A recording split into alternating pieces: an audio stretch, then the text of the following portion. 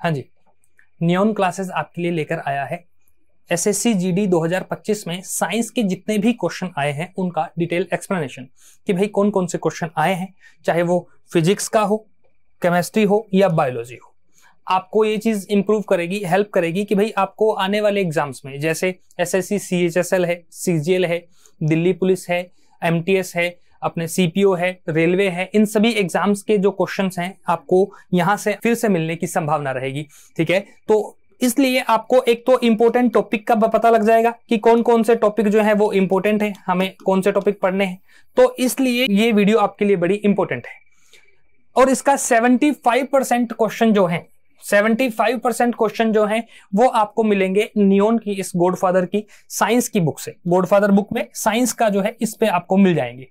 एक बुक है, एक बुक में ही आपको फिजिक्स, केमिस्ट्री, बायो और एनवायरनमेंट इन सभी के क्वेश्चन मिल जाएंगे। आपको सभी के इंपॉर्टेंट टॉपिक, सभी इंपॉर्टेंट टॉपिक्स की इंपॉर्टेंट बातें आपको इसके अंदर मिल जाएगी। खास बात क्या है, नियॉन एनसीईआरटी नियॉन की ये जो बुक है वो एनसीईआरटी की 6 to 12 बुक्स जो हैं उन पर बेस्ड है, पहली बात। दूसरी कि ये एक 7000 एमसीक्यू इसके अंदर डाले गए हैं ताकि आपको पता रहे कैसे क्वेश्चन पूछा जाएगा। क्वेश्चन रिपीट होते हैं प्रीवियस ईयर एग्जाम में, तो पहले कौन कौन से क्वेश्चन आए हैं, ये भी इसकी एक खास बात है। इस बुक में आपको ये भी देखने को मिलेगा कि जितने भी क्वेश्चन हैं, आप जब भी टॉपिक पढ़ेंगे तो टॉपिक के साथ साथ में ही आपको बता दिया जाएगा कि कौन कौन से टॉपिक में कौन कौन से क्वेश्चन है प्रीवियस ईयर है। तो ये भी आपको देखने को मिलेगा। ये एक अच्छी चीज है, काफी अच्छी चीज है, क्योंकि एग्जाम क्रैक करने की स्ट्रेटजी हमेशा जो बनती है वो प्रीवियस ईयर क्वेश्चन के बेसिस पे ही बनती है। तो इसलिए ये बुक आपके लिए काफी इंपॉर्टेंट हो जाती है। कुछ भी ऐसा नहीं है कि जो एग्जाम में आने की दृष्टि से इंपॉर्टेंट नहीं हो और इस बुक में शामिल किया गया हो, ऐसा कुछ भी नहीं है। और साथ में ये बुक जो तैयार की गई है, ये तैयार की गई है राजा सर की गाइडेंस में, जिन्हें 18 ईयर्स का एक्सपीरियंस है। मतलब एक सीनियर फैकल्टी की जो अपने कहें कि इनके गाइडेंस में यदि कोई बुक तैयार होती है तो बिना किसी डाउट के कह सकते हैं कि बुक बेहतरीन ही होगी, स्वाभाविक सी बात है। तो इसलिए ये बुक आपके लिए काफी फायदेमंद होने वाली है। क्लियर है। और सबसे बड़ी बात है कि भाई एक ही जगह आपको अलग अलग बुक परचेज नहीं करनी है, आप एक ही बुक खरीदिए, उसके अंदर ही आप अपना जो भी आपको पढ़ना है उसके अंदर मिल जाएगा। ये बुक पढ़ लेंगे तो फिर आपको पढ़ने की कुछ भी जरूरत नहीं है, और इसके अलावा बस रिवाइज कीजिए इसी बुक को बार बार। ठीक है। और अब ये क्वेश्चन है कि बुक मिलेगी कहां से, तो आप इस बुक को ऑफलाइन और ऑनलाइन दोनों ही मेथड से खरीद सकते हैं। ऑफलाइन अपने आसपास जो भी स्टोर है जाइए, नियॉन की बुक अवेलेबल है, खरीद सकते हैं आप वहां से। और साथ में अगर आप चाहते हैं कि नहीं हम तो घर बैठे ही खरीदें, तो घर बैठे भी खरीदिए। ई कॉमर्स साइट जो है अपनी, जैसे फ्लिपकार्ट है, अमेजन है, इन पर यह बुक अवेलेबल है, आप घर बैठे ऑर्डर कर सकते हैं। ठीक है। तो बुक खरीदने में किसी प्रकार की कोई दिक्कत नहीं है, बस मन बनाइए पढ़ने का, बुक आपके पास अवेलेबल हो जाएगी और पढ़िए मन लगाकर और सिलेक्शन लीजिए। ठीक है। तो यही स्ट्रेटजी आपको फॉलो करनी है। रिवाइज बार बार करना है, चीजें जब तक रिवाइज नहीं होती तब तक आपकी नैया पार होने वाली नहीं है। तो इसलिए रिवीजन पर स्पेशल फोकस करना है। और साथ में और बात करें अपने कि और नियॉन के जैसे ही कोई एग्जाम होते हैं तो नियॉन आपको इस बारे में आपकी हेल्प करता ही है कि भाई प्रीवियस ईयर क्वेश्चन का एक वीडियो बना के डाल देते हैं ताकि बच्चे देख पाएं, बच्चे गाइडेंस ले पाएं। और इस वीडियो में वही अपन करने वाले हैं। ठीक है। तो ये बुक अवेलेबल है, आप इसे बुक को खरीद सकते हैं। और इसका पीडीएफ जो है, इस वीडियो का पीडीएफ जो है वो नियॉन के टेलीग्राम चैनल पर अवेलेबल है, मिल जाएगा आपको। और लिंक कहाँ है टेलीग्राम का इसका, तो वीडियो के डिस्क्रिप्शन में लिंक है, आप वहां से लिंक पर क्लिक करके आप इसमें देख सकते हैं। ठीक है। चलिए आज अपने बात करेंगे एसएससी जीडी 2025 में जो साइंस के जो क्वेश्चन आए हैं, जिसमें फिजिक्स, केमिस्ट्री, बायो तीनों हैं। इन तीनों के जो क्वेश्चन आए हैं वो कितने क्वेश्चन आए हैं और कौन कौन से क्वेश्चन हैं। ठीक है, उनकी बात करेंगे। और साथ में देखेंगे कि बुक में वो क्वेश्चन कहाँ मेंशन किए गए हैं, ये अपने देखेंगे। और बात करें इससे आपको क्या पता लगेगा, ये भी तो पता लगेगा कि कौन से टॉपिक से प्रश्न आ रहे हैं, कौन से टॉपिक से प्रश्न नहीं आ रहे, हमें कौन से टॉपिक पर ज्यादा फोकस करना है, किस पर हम थोड़ा कम भी ध्यान दें तो चल जाएगा काम। इमरजेंसी अपना एक रामबाण अपन बना सकते हैं इससे ना, तो वो अपने देखेंगे। चलिए शुरू करते हैं अपने आज। देखिए पहला क्वेश्चन है माइटोसिस के बारे में। क्या है पहला क्वेश्चन आज का अपना, माइटोसिस के बारे में निम्नलिखित में से कौन सा कथन गलत है। सबसे पहले तो आपको ध्यान देना है, जब भी यहाँ गलत और सही लिखा हो सबसे पहले उसे हाईलाइट करना है। अब ऑनलाइन है, हाईलाइट नहीं कर पाओगे तो अपने पास जो रफ पेपर है उस पर लिखना है एक बार, ताकि अपने दिमाग को याद रहे क्या पूछा है, गलत पूछा है। माइटोसिस, माइटोसिस होता क्या है, अपनी बॉडी में जो कोशिका विभाजन होता है, सेल डिवीजन जो होता है, उस सेल डिवीजन की एक प्रक्रिया है माइटोसिस, कोशिका विभाजन। अपनी पूरी बॉडी जो बनी है वो किससे बनी है? कोशिका से बनी है। सेल मानव के शरीर की एक संरचनात्मक व क्रियात्मक इकाई होती है, मतलब कोशिका से ही हम पूरे तरीके से बने हुए हैं। ठीक है, तो माइटोसिस उस कोशिका कैसे बनती है, उसकी एक प्रोसेस है बीच में माइटोसिस। ठीक है, देखते हैं। प्रत्येक कोशिका, जिसे मात्र कोशिका कहा जाता है, विभाजित होकर दो समान संतति कोशिकाएं बनाती है। बिल्कुल ठीक है, ये तो बनाती है, दो समान हित बनाती है। ठीक है, आगे बढ़ते हैं। यह जीवों में ऊतकों की वृद्धि और मरम्मत में मदद करती है। बिल्कुल ठीक है कि जब जब अपने बॉडी रिपेयर करती है तो उसमें कोशिकाएं रोल प्ले करती हैं, ये भी ठीक है। पुत्री कोशिकाओं में मात्र कोशिकाओं की तुलना में गुणसूत्रों की संख्या आधी रह जाती है। नहीं भाई, आधी वाला कोई सीन नहीं है, बराबर गुणसूत्र होते हैं उनमें। तो ये कथन क्या है? गलत है। तो ये कथन क्या है? गलत है। और देखते हैं। कोशिकाएं वृद्धि के लिए विभाजित होती है। बिल्कुल, अपना शरीर जो है वो वृद्धि तभी करता है जब कोशिकाएं विभाजित होती है। तो अपने गलत ही पूछा है, तो अपना आंसर क्या आएगा यहाँ पे? अपना आंसर आएगा सी, इसका राइट आंसर। क्लियर है? यहाँ देखिए लिखा है बुक में कि इसे एम चरण विभाजित चरण है। इसे समीकरण विभाजन के रूप में जाना जाता है क्योंकि जनक और संतति कोशिकाओं में गुणसूत्रों की संख्या समान रहती है। बस यही तो एक अपना क्वेश्चन छिपा हुआ है।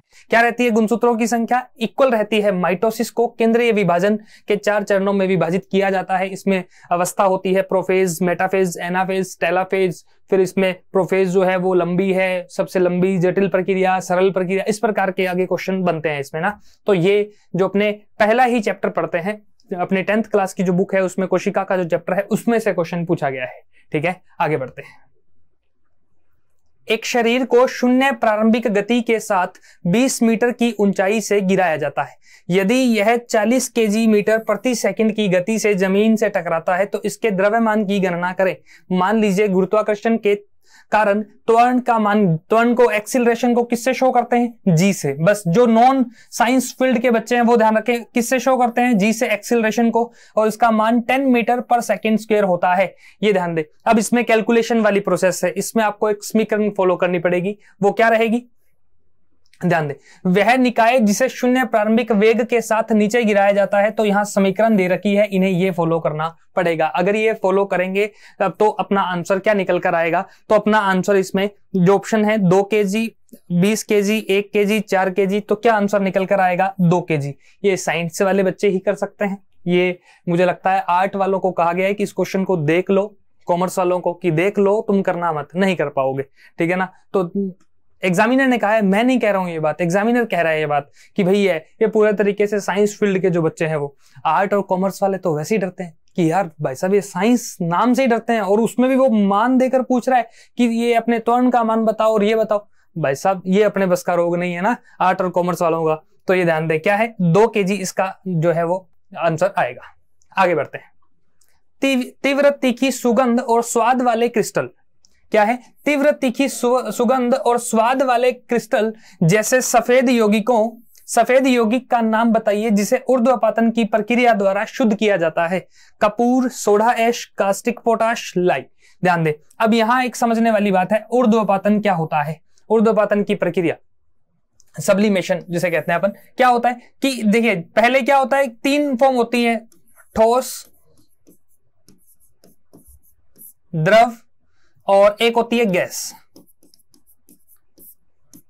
ठीक है, जैसे बर्फ हो गया, पानी हो गया, और पानी का उड़ना इस फॉर्म में आ गया, H2O वाला आ गया।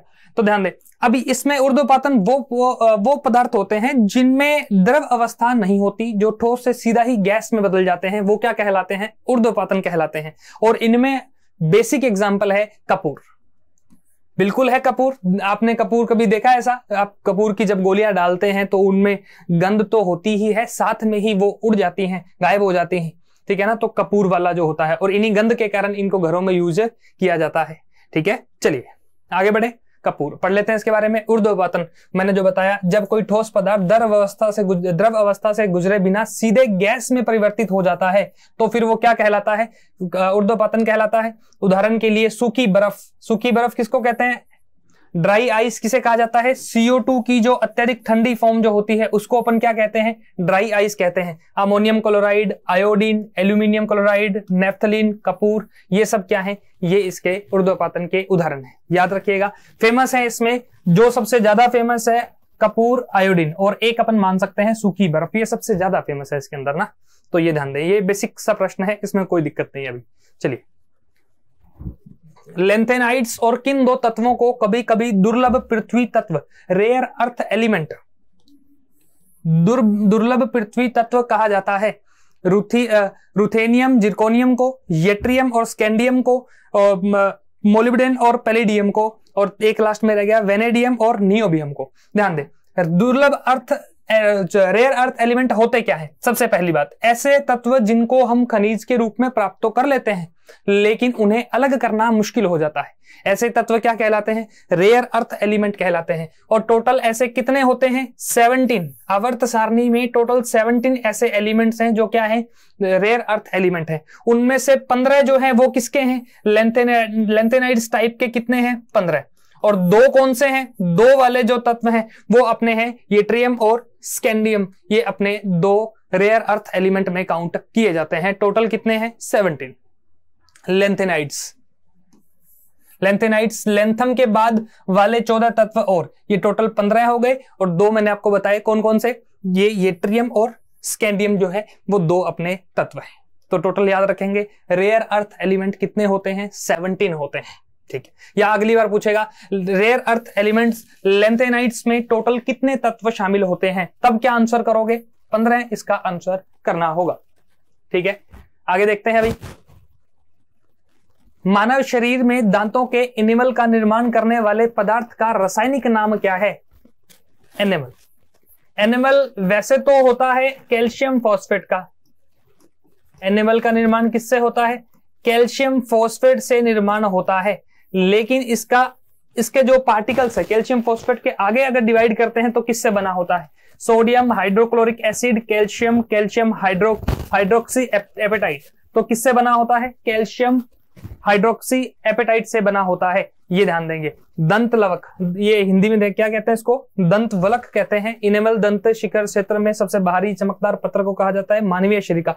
एनिमल जो फेमस है अपने स्टूडेंट्स में, वो किसके लिए फेमस होता है? ये वाला। मानव शरीर का सबसे कठोर पदार्थ यदि कोई है तो वो दांतों का जो आवरण है एनिमल वाला, वो होता है सबसे कठोर पदार्थ। ठीक है, और ये किसका बना होता है? कैल्शियम फॉस्फेट का बना होता है। लेकिन कैल्शियम फॉस्फेट के आगे अंदर क्या होता है? वो ये हाइड्रो ऑक्सी एपेटाइट होता है। क्लियर है? चलो आगे बढ़ते। पारिस्थितिकी तंत्र के संदर्भ में सहजीवन क्या है? सिम्बायोसिस। क्या है? सिम्बायोसिस। जीवों की उनके आवास में यादृच्छिक गति, मतलब जीव अपने एरिया में रैंडमली घूमते हैं। यादृच्छिक, रैंडम कहते हैं इंग्लिश में। रैंडम मूवमेंट है। ठीक है, रैंडम का मतलब यही होता है जिसका पहले कुछ भी डिसाइड नहीं है, जो अपनी मर्जी से जहां भी मन करे वहां आ जा रहा है। जैसे जब ना पढ़ने वाला एक स्टूडेंट जो होता है वो रैंडम गति करता है, उसको कुछ नहीं पता कि भैया मेरे को कहाँ जाना है। वो शाम को थड़ी पे जाना है, फिर आइसक्रीम खाने जाना है, फिर थोड़ी देर बाद दोस्त के साथ गेड़ी मारने जाना है, तो ऐसा खूब सारे करता है, तो वो रैंडम होता है ना। द प्रोसेस ऑफ फोटोसिंथेसिस, प्रकाश संश्लेषण की प्रक्रिया, नहीं भाई, सिम्बायोसिस प्रकाश संश्लेषण में नहीं है। और फिर है संसाधनों के लिए जीवों के बीच कंपटीशन, नहीं, कंपटीशन वाला भी कुछ नहीं है। फिर क्या होता है? विभिन्न प्रजातियों के बीच में घनिष्ठ और दीर्घकालिक संबंध जो होते हैं, संपर्क जो होते हैं, वो क्या कहलाते हैं? सिम्बायोसिस। मैं सिंपल भाषा में समझा देता हूं आपको। अपने जीवन में भी सिम्बायोसिस होता है। एक स्टूडेंट को जीके आता है, एक स्टूडेंट को मैथ आता है, तो जीके वाला कहता है कि भाई तू मेरे को मैथ पढ़ा दे, और मैथ वाला कहता है तू मेरे को जीके याद करवा दे। जब दो लोग एक दूसरे के लिए बराबर भलाई का काम करते हैं, एक दूसरे के फायदे का काम करते हैं, तो वो क्या कहलाता है? सिम्बायोसिस कहलाता है, जिसे म्यूचुअलिज्म भी कहा जाता है। उसी प्रकार से कुछ फंजाई होती है, कुछ कवक होती है। वो कवक भी पौधों की जड़ों में रहती है, और पौधों की जड़ों को तो पानी और पोषण देती है, और साथ में वहां भोजन प्राप्त करती है। कौन? कवक। तो कवक और पौधे की जड़ें जब आपस में एक ही साथ रहते हैं तो उसको कहते हैं सहजीवन। तो ये क्या कहलाएगा? ये संपर्क है, दीर्घकालिक संपर्क जो होता है, घनिष्ठ संपर्क जो होता है। इसका सबसे अच्छा एग्जांपल जो होता है वो होता है माइकोराइजा। बड़ा फेमस एग्जांपल है माइकोराइजा। सिम्बायोसिस तो जनरली एक प्रोसेस है। माइकोराइजा एक फंजाई है, एक कवक है, जो कहां रहती है? पौधे की जड़ में रहती है। कहां रहती है? पौधे की जड़ में रहती है, लेकिन ये पौधे की जड़ को क्या देती है? पानी और पोषण को प्रदान करती है। कहां? पौधे की जड़ को। और बदले में जब जड़ जाइलम के थ्रू उसको पत्तियों में भेजती है और प्रकाश संश्लेषण के माध्यम से जब पौधे में भोजन बन जाता है तो फिर वो भोजन इसको मिल जाता है। किसको? फंजाई को। तो फंजाई को क्या मिल गया? रहने के लिए जगह, भोजन, ये सब मिल गया। और पौधे को क्या मिल गया? पौधे को मिल गया भैया पानी और जो पोषक तत्व जो चाहिए वो सब मिल जाते हैं। तो वो क्या कहलाता है? सिम्बायोसिस कहलाता है। बस सिंपल सा याद रखें, आपको इतना डीप में नहीं जाना, सिंपल सा। क्या ध्यान रखना है? जब दो चीजें आपस में एक दूसरे के लिए काम करती हैं तो वो क्या कहलाती है? सिम्बायोसिस। ये अपने जीवन में भी ये कंसेप्ट लागू होता है। ठीक है। सहजीवी पौधे ऐसे पादप जो अपनी पोषण संबंधी जरूरतों को पूरा करने के लिए एक दूसरे के साथ पारस्परिक लाभकारी संबंध, पारस्परिक का मतलब होता है एक दूसरे के लिए, पारस्परिक लाभकारी संबंध दिखाते हैं। दो साझेदार पोषण के लिए सहजीवी संबंधों में एक दूसरे को लाभ देते हैं लेकिन एक समय पर कोई भी प्रतिकूल प्रभाव नहीं डालते हैं। वही बात है जो मैंने आपको बताई। इसका उदाहरण याद रखना, माइकोराइजा। कौन सा उदाहरण है? माइकोराइजा वाला उदाहरण जो है वो याद रखिएगा। आगे बढ़ते हैं। जब खाना बनाने सीखते समय राजेश ने देखा कि वह ग्राइंडर में 1 दर्जन मूंगफली पीसता है तो उसमें तेल लग जाता है, जबकि वह 1 कटोरी जीरा पीसता है तो उसमें तेल नहीं निकलता है। इस अंतर के पीछे का क्या कारण हो सकता है? जीरा खराब था, बढ़िया क्वालिटी का जीरा नहीं लिया राजेश ने, राजेश पैसे बचा के आ गया दुकान से। दूसरा क्या कह रहा है? मूंगफली को सुखाया नहीं गया था। भाई राजेश लापरवाह था क्या? सुखाना था। मूंगफली में मौजूद प्रोटीन तेल छोड़ता है, प्रोटीन कभी तेल नहीं छोड़ता, प्रोटीन। ठीक है। और एक अपने कह रहा है कि मूंगफली में मौजूद वसा तेल छोड़ता है। बिल्कुल, मूंगफली में क्या होती है? फैट होती है जो क्या छोड़ती है? तेल छोड़ती है। ठीक है। तो मूंगफली में फैट जो है वो तेल छोड़ती है, जिसके कारण राजेश ने जब मूंगफली को ग्राइंडर में पीसा तो फिर क्या लग गया? तेल, वहां ग्राइंडर के अंदर तेल। देखिए यहाँ पे मूंगफली को ठंडे पानी से दबाने पर तेल निकलता है और यह वसा की उपस्थिति को क्या है? इंगित करता है। फैट है यहाँ पे। ठीक है, हो गया ये वाला आंसर। आगे देखते हैं।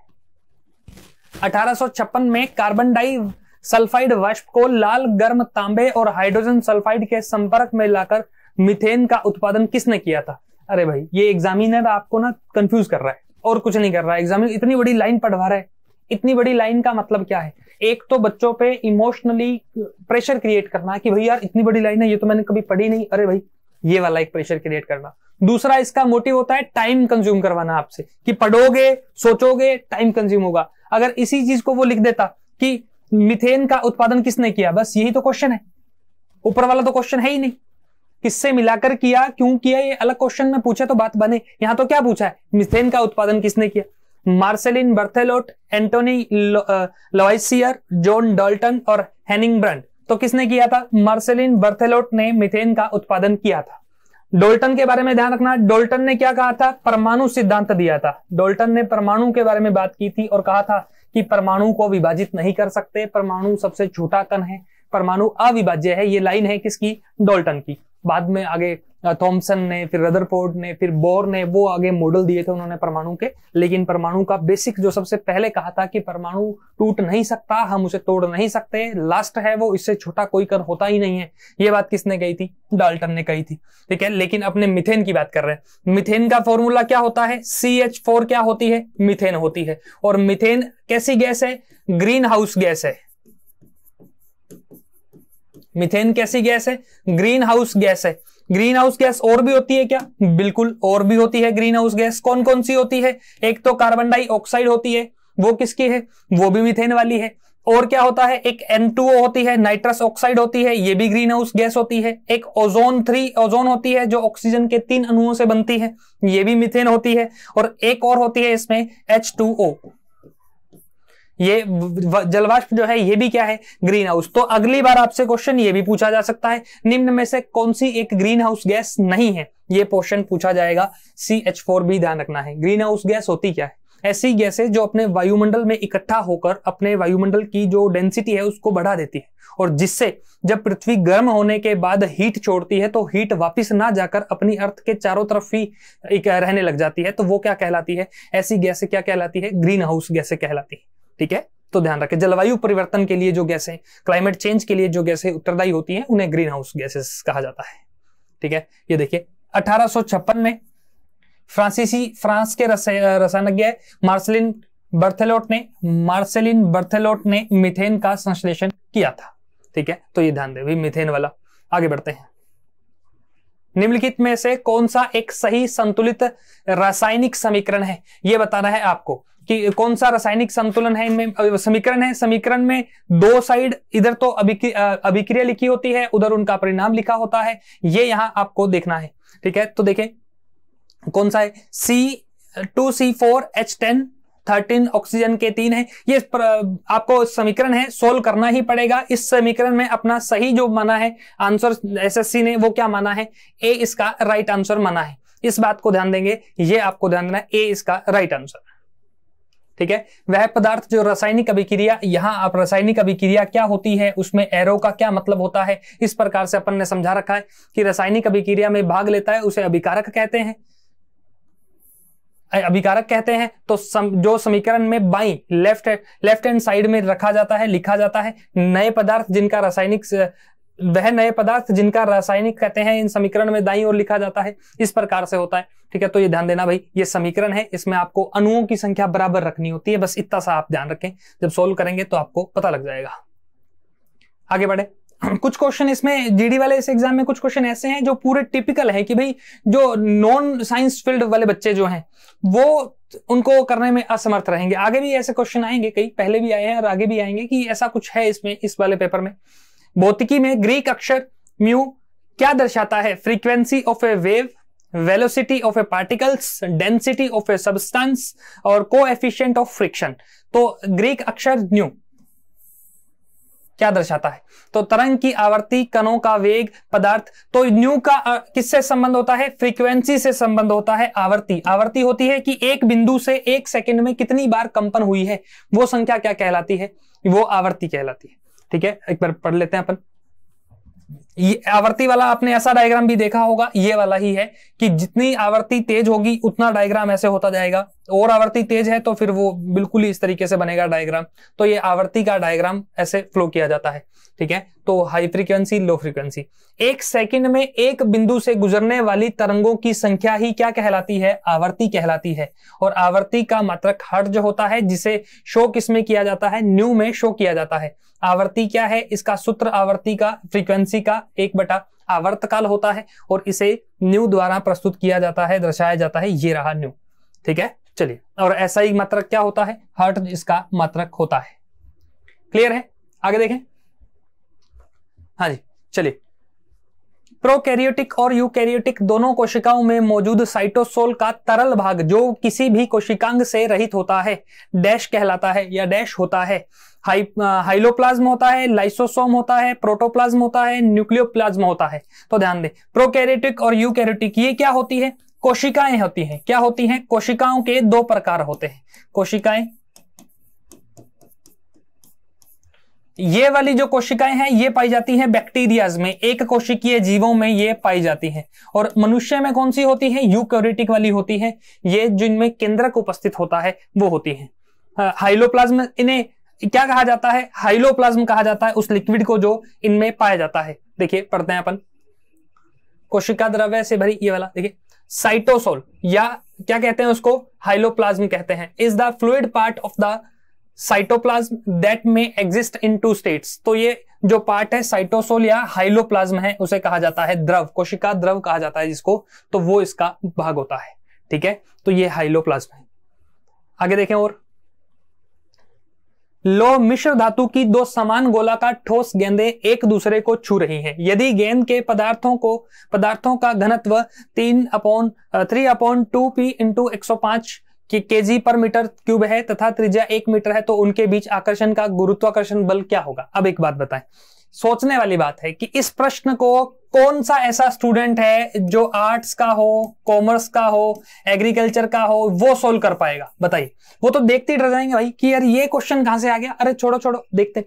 मैं गारंटी के साथ कह सकता हूं कि भाई इस क्वेश्चन को आर्ट के बच्चों ने इतना ही पढ़ा होगा। पढ़ा भी कुछ बच्चे तो ईमानदारी से बताऊं तो कुछ ऐसे भी होंगे जिन्होंने जैसे ही ये फॉर्मूला देखा होगा उन्होंने तुरंत अपना माउस बटन दबाया होगा कि चल भाई आगे चल अपने जोन का क्वेश्चन नहीं है, ठीक है ना। तो ये क्वेश्चन है, तो ऐसे भी क्वेश्चन इसके अंदर है। देखिए क्या है, तो यहाँ फॉर्मूला दे रखा है कि मान दे रखा है, उसके बाद आप निकालोगे आंसर तो क्या आएगा। अरे भाई ऐसा इसका आंसर कहाँ निकालेगा बच्चा एग्जामिनेशन हॉल में बैठ के, ठीक है। ऐसे क्वेश्चन स्किप करने के क्वेश्चन है। अगर कोई साइंस बैकग्राउंड का है, टाइम कम लग रहा है, तो ऐसे क्वेश्चन को करना चाहिए। लेकिन अगर लगे कि टाइम ज्यादा लगेगा, चाहे वो साइंस बैकग्राउंड का हो, टाइम ज्यादा लगेगा, तो पहले बाकी क्वेश्चन कीजिए। अगर टाइम बच जाए तो फिर इन क्वेश्चन को टैकल करना होता है। अगर टाइम लगने वाला क्वेश्चन है और तुम अगर पहले लेकर बैठ गए तो फिर ये एक क्वेश्चन अगले वाले 3 क्वेश्चन खा जाएगा। और नहीं हुआ, अगर बाई चांस ये क्वेश्चन नहीं हुआ, टाइम भी लगा और आंसर भी नहीं आया, तो फिर ये सुसाइडल स्टेप हो जाएगा एक प्रकार से कि भाई ये तो काम ही खत्म हो गया अपने पेपर का। क्योंकि सारा टाइम तो किसमें लगा,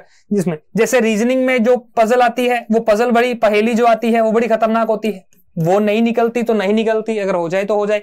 तो वैसे ही पजल करते समय एक सावधानी रखनी होती है कि भाई अपने को टाइम ज्यादा नहीं लगाना है। उसी प्रकार से इस क्वेश्चन में भी वही फॉर्मूला अपनाया जाता है, ठीक है। ऑप्शंस क्या है, 0.0667 न्यूटन, 6.67 न्यूटन, 0.667 न्यूटन और 66.7 न्यूटन। तो इसका जब प्रक्रिया निकालोगे, आप कैलकुलेट करोगे, तब देखना भाई कोई इच्छुक हो तो निकालना इसको। तो आंसर क्या आएगा, 0.667 न्यूटन आंसर आएगा।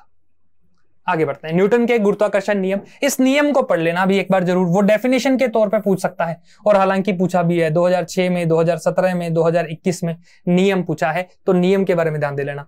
2 वस्तुओं के मध्य आकर्षण बल उनके द्रव्यमानों के गुणन के समानुपाती, उनके द्रव्यमान को यदि मल्टीप्लाई कर देंगे तो उतना निकल के आएगा, इक्वल आएगा, तथा उनके मध्य दूरी के वर्ग के व्युत्क्रमानुपाती, मतलब उल्टा। क्या मतलब है इसका, कि भाई उनके 2 द्रव्यमान जो हैं, गुरुत्वाकर्षण में जब 2 वस्तुएं होती हैं, उनके द्रव्यमान को गुणन के समानुपाती गुरुत्वाकर्षण बल होता है, लेकिन उनके बीच में जो दूरी है उसके वर्ग के उल्टा कर देंगे, तब जाके क्या बनेगा, गुरुत्वाकर्षण निकल कर आएगा। गुरुत्वाकर्षण निकालने का फॉर्मूला होता है ये, FA वाला फॉर्मूला यहां अप्लाई होता है, ठीक है। गुरुत्वाकर्षण नियम के बारे में थोड़ा देख लेना। आगे बढ़ते हैं। अर्नेस्ट रदरफोर्ड 1911 में कौन सा प्रयोग करने के लिए प्रसिद्ध है। देखिए रदरफोर्ड थे कौन, रदरफोर्ड ने सबसे पहले बात करें तो रदरफोर्ड ने परमाणु की संरचना का सिद्धांत दिया था। क्या दिया था, स्ट्रक्चर ऑफ एटम, परमाणु की संरचना का सिद्धांत दिया था रदरफोर्ड ने। इनसे पहले भी, हालांकि रदरफोर्ड से पहले भी ये सिद्धांत आ चुका था। एक तो दिया था डाल्टन ने, अभी पढ़ा था अपन ने, डाल्टन ने तो कहा था कि नहीं परमाणु टूट ही नहीं सकता, परमाणु सबसे छोटा है। डाल्टन के बाद ये सिद्धांत दिया था थॉमसन ने कहा था कि ये क्रिसमस केक की तरह होता है, परमाणु क्रिसमस केक की तरह होता है जिसके अंदर इलेक्ट्रॉन फंसे हुए रहते हैं। और फिर तीसरा दिया था किसने, रदरफोर्ड ने कहा था कि भाई ये इलेक्ट्रॉन होते हैं, सही है आपकी बात, लेकिन ये नाभिक के चारों ओर चक्कर लगाते हैं, थोड़ा टिपिकल हो जाएगा। और एक कहा था बोर ने, रदरफोर्ड की कमियों को दूर किया था किसने, बोर ने। तो परमाणु सिद्धांत में 4 लोग फेमस हैं, 4 वैज्ञानिक जो हैं वो फेमस हैं, उनमें रदरफोर्ड है। अब रदरफोर्ड ने यह सिद्ध कैसे किया कि एक परमाणु होगा, उस परमाणु के अंदर एक नाभिक होगा और इसके चारों तरफ इलेक्ट्रॉन चक्कर लगा रहे होंगे, ये सिद्ध कैसे किया था, तो ये सिद्ध किया था उन्होंने गोल्ड फॉइल का इस्तेमाल किया था। उन्होंने फॉइल पेपर लिया गोल्ड वाला, उस पर अल्फा कणों की जब बौछार करवाई तो बहुत सारे, कुछ लिमिटेड कण ही वापस टकरा कर आए। इस प्रकार का एक प्रयोग उन्होंने किया था गोल्ड फॉइल का। तो ये ध्यान देना, ये रहा Ernest Rutherford on gold foil. Ernest Rutherford on gold foil is 1911 establish the nuclear model. Ernest Rutherford ने, जो जे थॉमसन, शोध छात्र जे थॉमसन के कुछ रेडियो तत्व हैं, ये आप पढ़ेंगे तो आपको पता लगेगा। यहाँ देखिए अल्फा कणों से संबंधित उनका एक प्रयोग है, जो किस पर किया गया था, गोल्ड फॉइल पर ये जो प्रयोग है वो किया गया था। आगे देखते हैं। हंस क्रिश्चियन ऑर्स्टेड ने कब खोज की कि एक तार में विद्युत प्रवाह का प्रवाह पास के चुंबकीय कंपास सुई को विक्षेपित करता है, कि पास की जो सुई है उसको प्रभाव डालता है, चुंबकीय प्रभाव डालता है। 1810 में, 1850 में, 1830 में और 1820 में। तो किसमें किया था, 1820 में ये चीज प्रूव की थी किसने, हंस क्रिश्चियन ऑर्स्टेड ने प्रूव की थी। देखते हैं आगे क्या लिखा भाई। इन 1820 Danish scientist Rørsted discovered that when electric current is passed through a wire we kept in magnetic needle, the needle gets inflected। बिल्कुल सही है। देखिए पहला यहीं से क्वेश्चन बना है, क्या है, एक बार हिंदी में पढ़ेंगे इसको। जो क्वेश्चन है वो सेम लिखा है यहाँ पे। वैज्ञानिक ऑर्स्टेड ने खोज की कि जब चुंबकीय सुई के पास रखे तार से विद्युत धारा प्रवाहित होती है तो सुई विक्षेपित हो जाती है। यही क्वेश्चन है, बस ऑप्शन में क्या पूछा है, 1820 पूछा गया है। क्लियर है? ये 1820 वाला। साइंस मैंने पहले ही कहा, साइंस बेहद टिपिकल आई है इस बार। मुझे नहीं लगता कि जल्दी से बच्चे कर पाए होंगे, क्योंकि एक तो साइंस का वेटेज कम है, इस वजह से बच्चे पढ़ते ही कम है साइंस वाला तो मैटर ही। और साइंस में भी ज्यादातर बच्चे जो पढ़ते हैं वो बायो पे ज्यादा फोकस करते हैं, और करना भी चाहिए बायो पे। बायो जल्दी पढ़ सकते हैं, जल्दी याद हो सकती है अपने को, ठीक है ना। तो ये वाला, निम्नलिखित में से कौन सा पौधा टेरिडोफाइट है? निम्नलिखित में से कौन सा पौधा टेरिडोफाइट है जो आमतौर पर नम छायादार स्थानों या बगीचों और पहाड़ियों पर पाया जाता है जहां तापमान कम होता है? तापमान कम वाले इलाके में कौन सा पौधा है? फर्न है, रिक्शिया है, स्वाग्नम है और पोर्फेरी है। तो कौन सा पौधा होता है? फर्न इसमें शामिल है। टेरिडोफाइट्स, ठीक है, जिसमें हॉर्सटेल और फर्न शामिल है। संवहनी उत्तक रखने वाले पहले स्थलीय पौधे हैं। ये ठंडे नम छायादार वातावरण में पनपते हैं और कुछ रेतीली मिट्टी में भी उग सकते हैं, ठीक है। तो ये ध्यान रखो, इसमें horsetails and ferns are the first terrestrial plants to possess. ये इनके बारे में ध्यान रखना है। फर्न के बारे में बात की गई है। टेरिडोफाइट एक प्रकार का, ठीक है। चलिए, 1887 में हेनरिक रुडोल्फ हर्ट्ज ने किसके काम को प्रयोगों की एक श्रृंखला आयोजित करने के लिए लागू किया, जिससे उन्होंने रेडियो तरंगों की उत्पत्ति की? हर्ट्ज ने, सिंपल सा है कि पहले किसने डिफाइन किया था, लेकिन किसी व्यक्ति ने पहले डिफाइन कर दिया था कि रेडियो तरंगे कैसे उत्पन्न हो सकते हैं, और उसको लेकर प्रयोग किसने किया था? हेनरिक रुडोल्फ हर्ट्ज ने प्रयोग किया था, ठीक है। तो ये पूछ रहा है कि हर्ट्ज ने जब प्रयोग किया तो उससे पहले ये बताया किसने था कि ऐसे उत्पत्ति रेडियो तरंगों की हो सकती है? Christian Doppler, Thomson Young, Christian Huygens, James Clerk Maxwell. तो किसने बताया था? जेम्स क्लार्क मैक्सवेल ने पहले समीकरण बताई थी, उसके बाद उन्होंने जब हर्ट्ज ने प्रयोग किया तो उनसे क्या हुई? रेडियो तरंगों की उत्पत्ति। यहां एक नाम और है, डॉपलर प्रभाव के बारे में आपने सुना होगा। क्या कहता है डॉपलर प्रभाव? डॉपलर प्रभाव कहता है कि जब एक सुनने वाला व्यक्ति है, श्रोता जो है, और एक ध्वनि उत्पन्न करने वाला स्रोत जो है, जब ये दोनों चीजें पास में आएंगी, जब पास में आने के कारण इनमें बढ़ी हुई आवृत्ति का फील होना ही क्या है? डॉपलर प्रभाव है। इसमें 10वीं की जो किताब है अपनी साइंस वाली, उसमें लिखा भी हुआ है, एक एग्जाम्पल दिया हुआ ट्रेन वाला, कि जब अपन स्टेशन पे खड़े होते हैं, ट्रेन पास आ रही होती है तो आवृत्ति बढ़ी हुई प्रतीत होती है, और जब ट्रेन जा रही होती है तो फिर आवृत्ति कम हुई प्रतीत होती है। ये ट्रेन वाला एग्जांपल अपनी 9th-10th वाली जो एनसीईआरटी है उसमें दिया भी हुआ है। डॉपलर प्रभाव है, तो डॉपलर भी इंपॉर्टेंट है, साइंस के मामले में काफी फेमस है। केपलर, न्यूटन और अपने डॉपलर, ये 3 हैं सबसे ज्यादा ध्यान रखने वाले, ठीक है। तो यहां आंसर क्या है? James Clerk Maxwell. चलिए आगे बढ़ते हैं। ये हर्ट्ज के बारे में दे रखा है। हर्ट्ज ने रेडियो तरंगों की खोज की थी, ठीक है। 19वीं सदी के अंत तक जेसी बोस और मार्कोनी ने इन तरंगों का उत्पादन किया था। तो ये आप ये वाला पोर्शन थोड़ा सा देख लेना भाई, ये इंपॉर्टेंट वाला है, क्योंकि ये कई बार पूछ लेता है एग्जामिनर। क्योंकि जो विद्युत चुंबकीय तरंगे जो चैप्टर है अपना, जिसमें अपन गामा, यूवी, एक्सरे और अपने इंफ्रारेड, रेडियो, विजिबल और ये सब तरंगे जो पढ़ते हैं अपन, तो उनके बारे में क्वेश्चन है, ये पूछा जाता है कई बार, ठीक है। चलो आगे बढ़े। शारीरिक स्थिति जो भूख को कम करती है और परिपूर्णता की भावना को इंगित करती है, उसे निम्न से किसके रूप में जाना जाता है? शौच, कायम, तृप्ति और इंजेशन, अंतर्ग्रहण जिसे कहा जाता है। परिपूर्णता की भावना मतलब अरे यार बस पेट भर गया, मजा आ गया, तृप्ति हो गई। अपन कहते हैं ना कई बार कुछ खाने के बाद कि यार तृप्ति सी मिल गई यार बॉडी को, शरीर अब मजा आ गया एकदम, वो वाला जो है वो क्या कहलाता है? तृप्ति कहलाता है, ठीक है। ये वाला ही कुछ क्वेश्चन बिल्कुल बेसिक है जो अपने बोलचाल की भाषा में ही आप देख सकते हैं, ठीक है। परिपूर्णता की भावना मतलब कई बार होता है कि किसी चीज को अपन बिल्कुल थोड़ा खाते हैं, लेकिन खाने से अपना मन बड़ा खुश होता है, अपने ऐसे महसूस नहीं होता कि यार और खाएं, भूख लगी है, नहीं, अपने का बस इनफ है, मजा आ गया। तो वो वाला जो पॉइंट है, वो मजा जो आता है ना, वो तृप्ति में ही आता है ना। चलिए आगे बढ़ते हैं। कॉलम ए बीमारी का नाम है, कॉलम बी प्रभावित अंग है। यहां एक चीज का ध्यान रखना भाई, बायो में डिजीज चैप्टर जो है, रोग जो मानव रोग जो चैप्टर है वो बड़ा इंपॉर्टेंट है। मानव रोग से प्रश्न पूछे जाते हैं और पूछा भी गया है और लगभग आते ही हैं। ट्यूबरक्लोसिस, टीबी जिसे अपन कहते हैं, माइकोबैक्टीरियम ट्यूबरक्लोसिस बैक्टीरिया से होने वाला रोग है टीबी।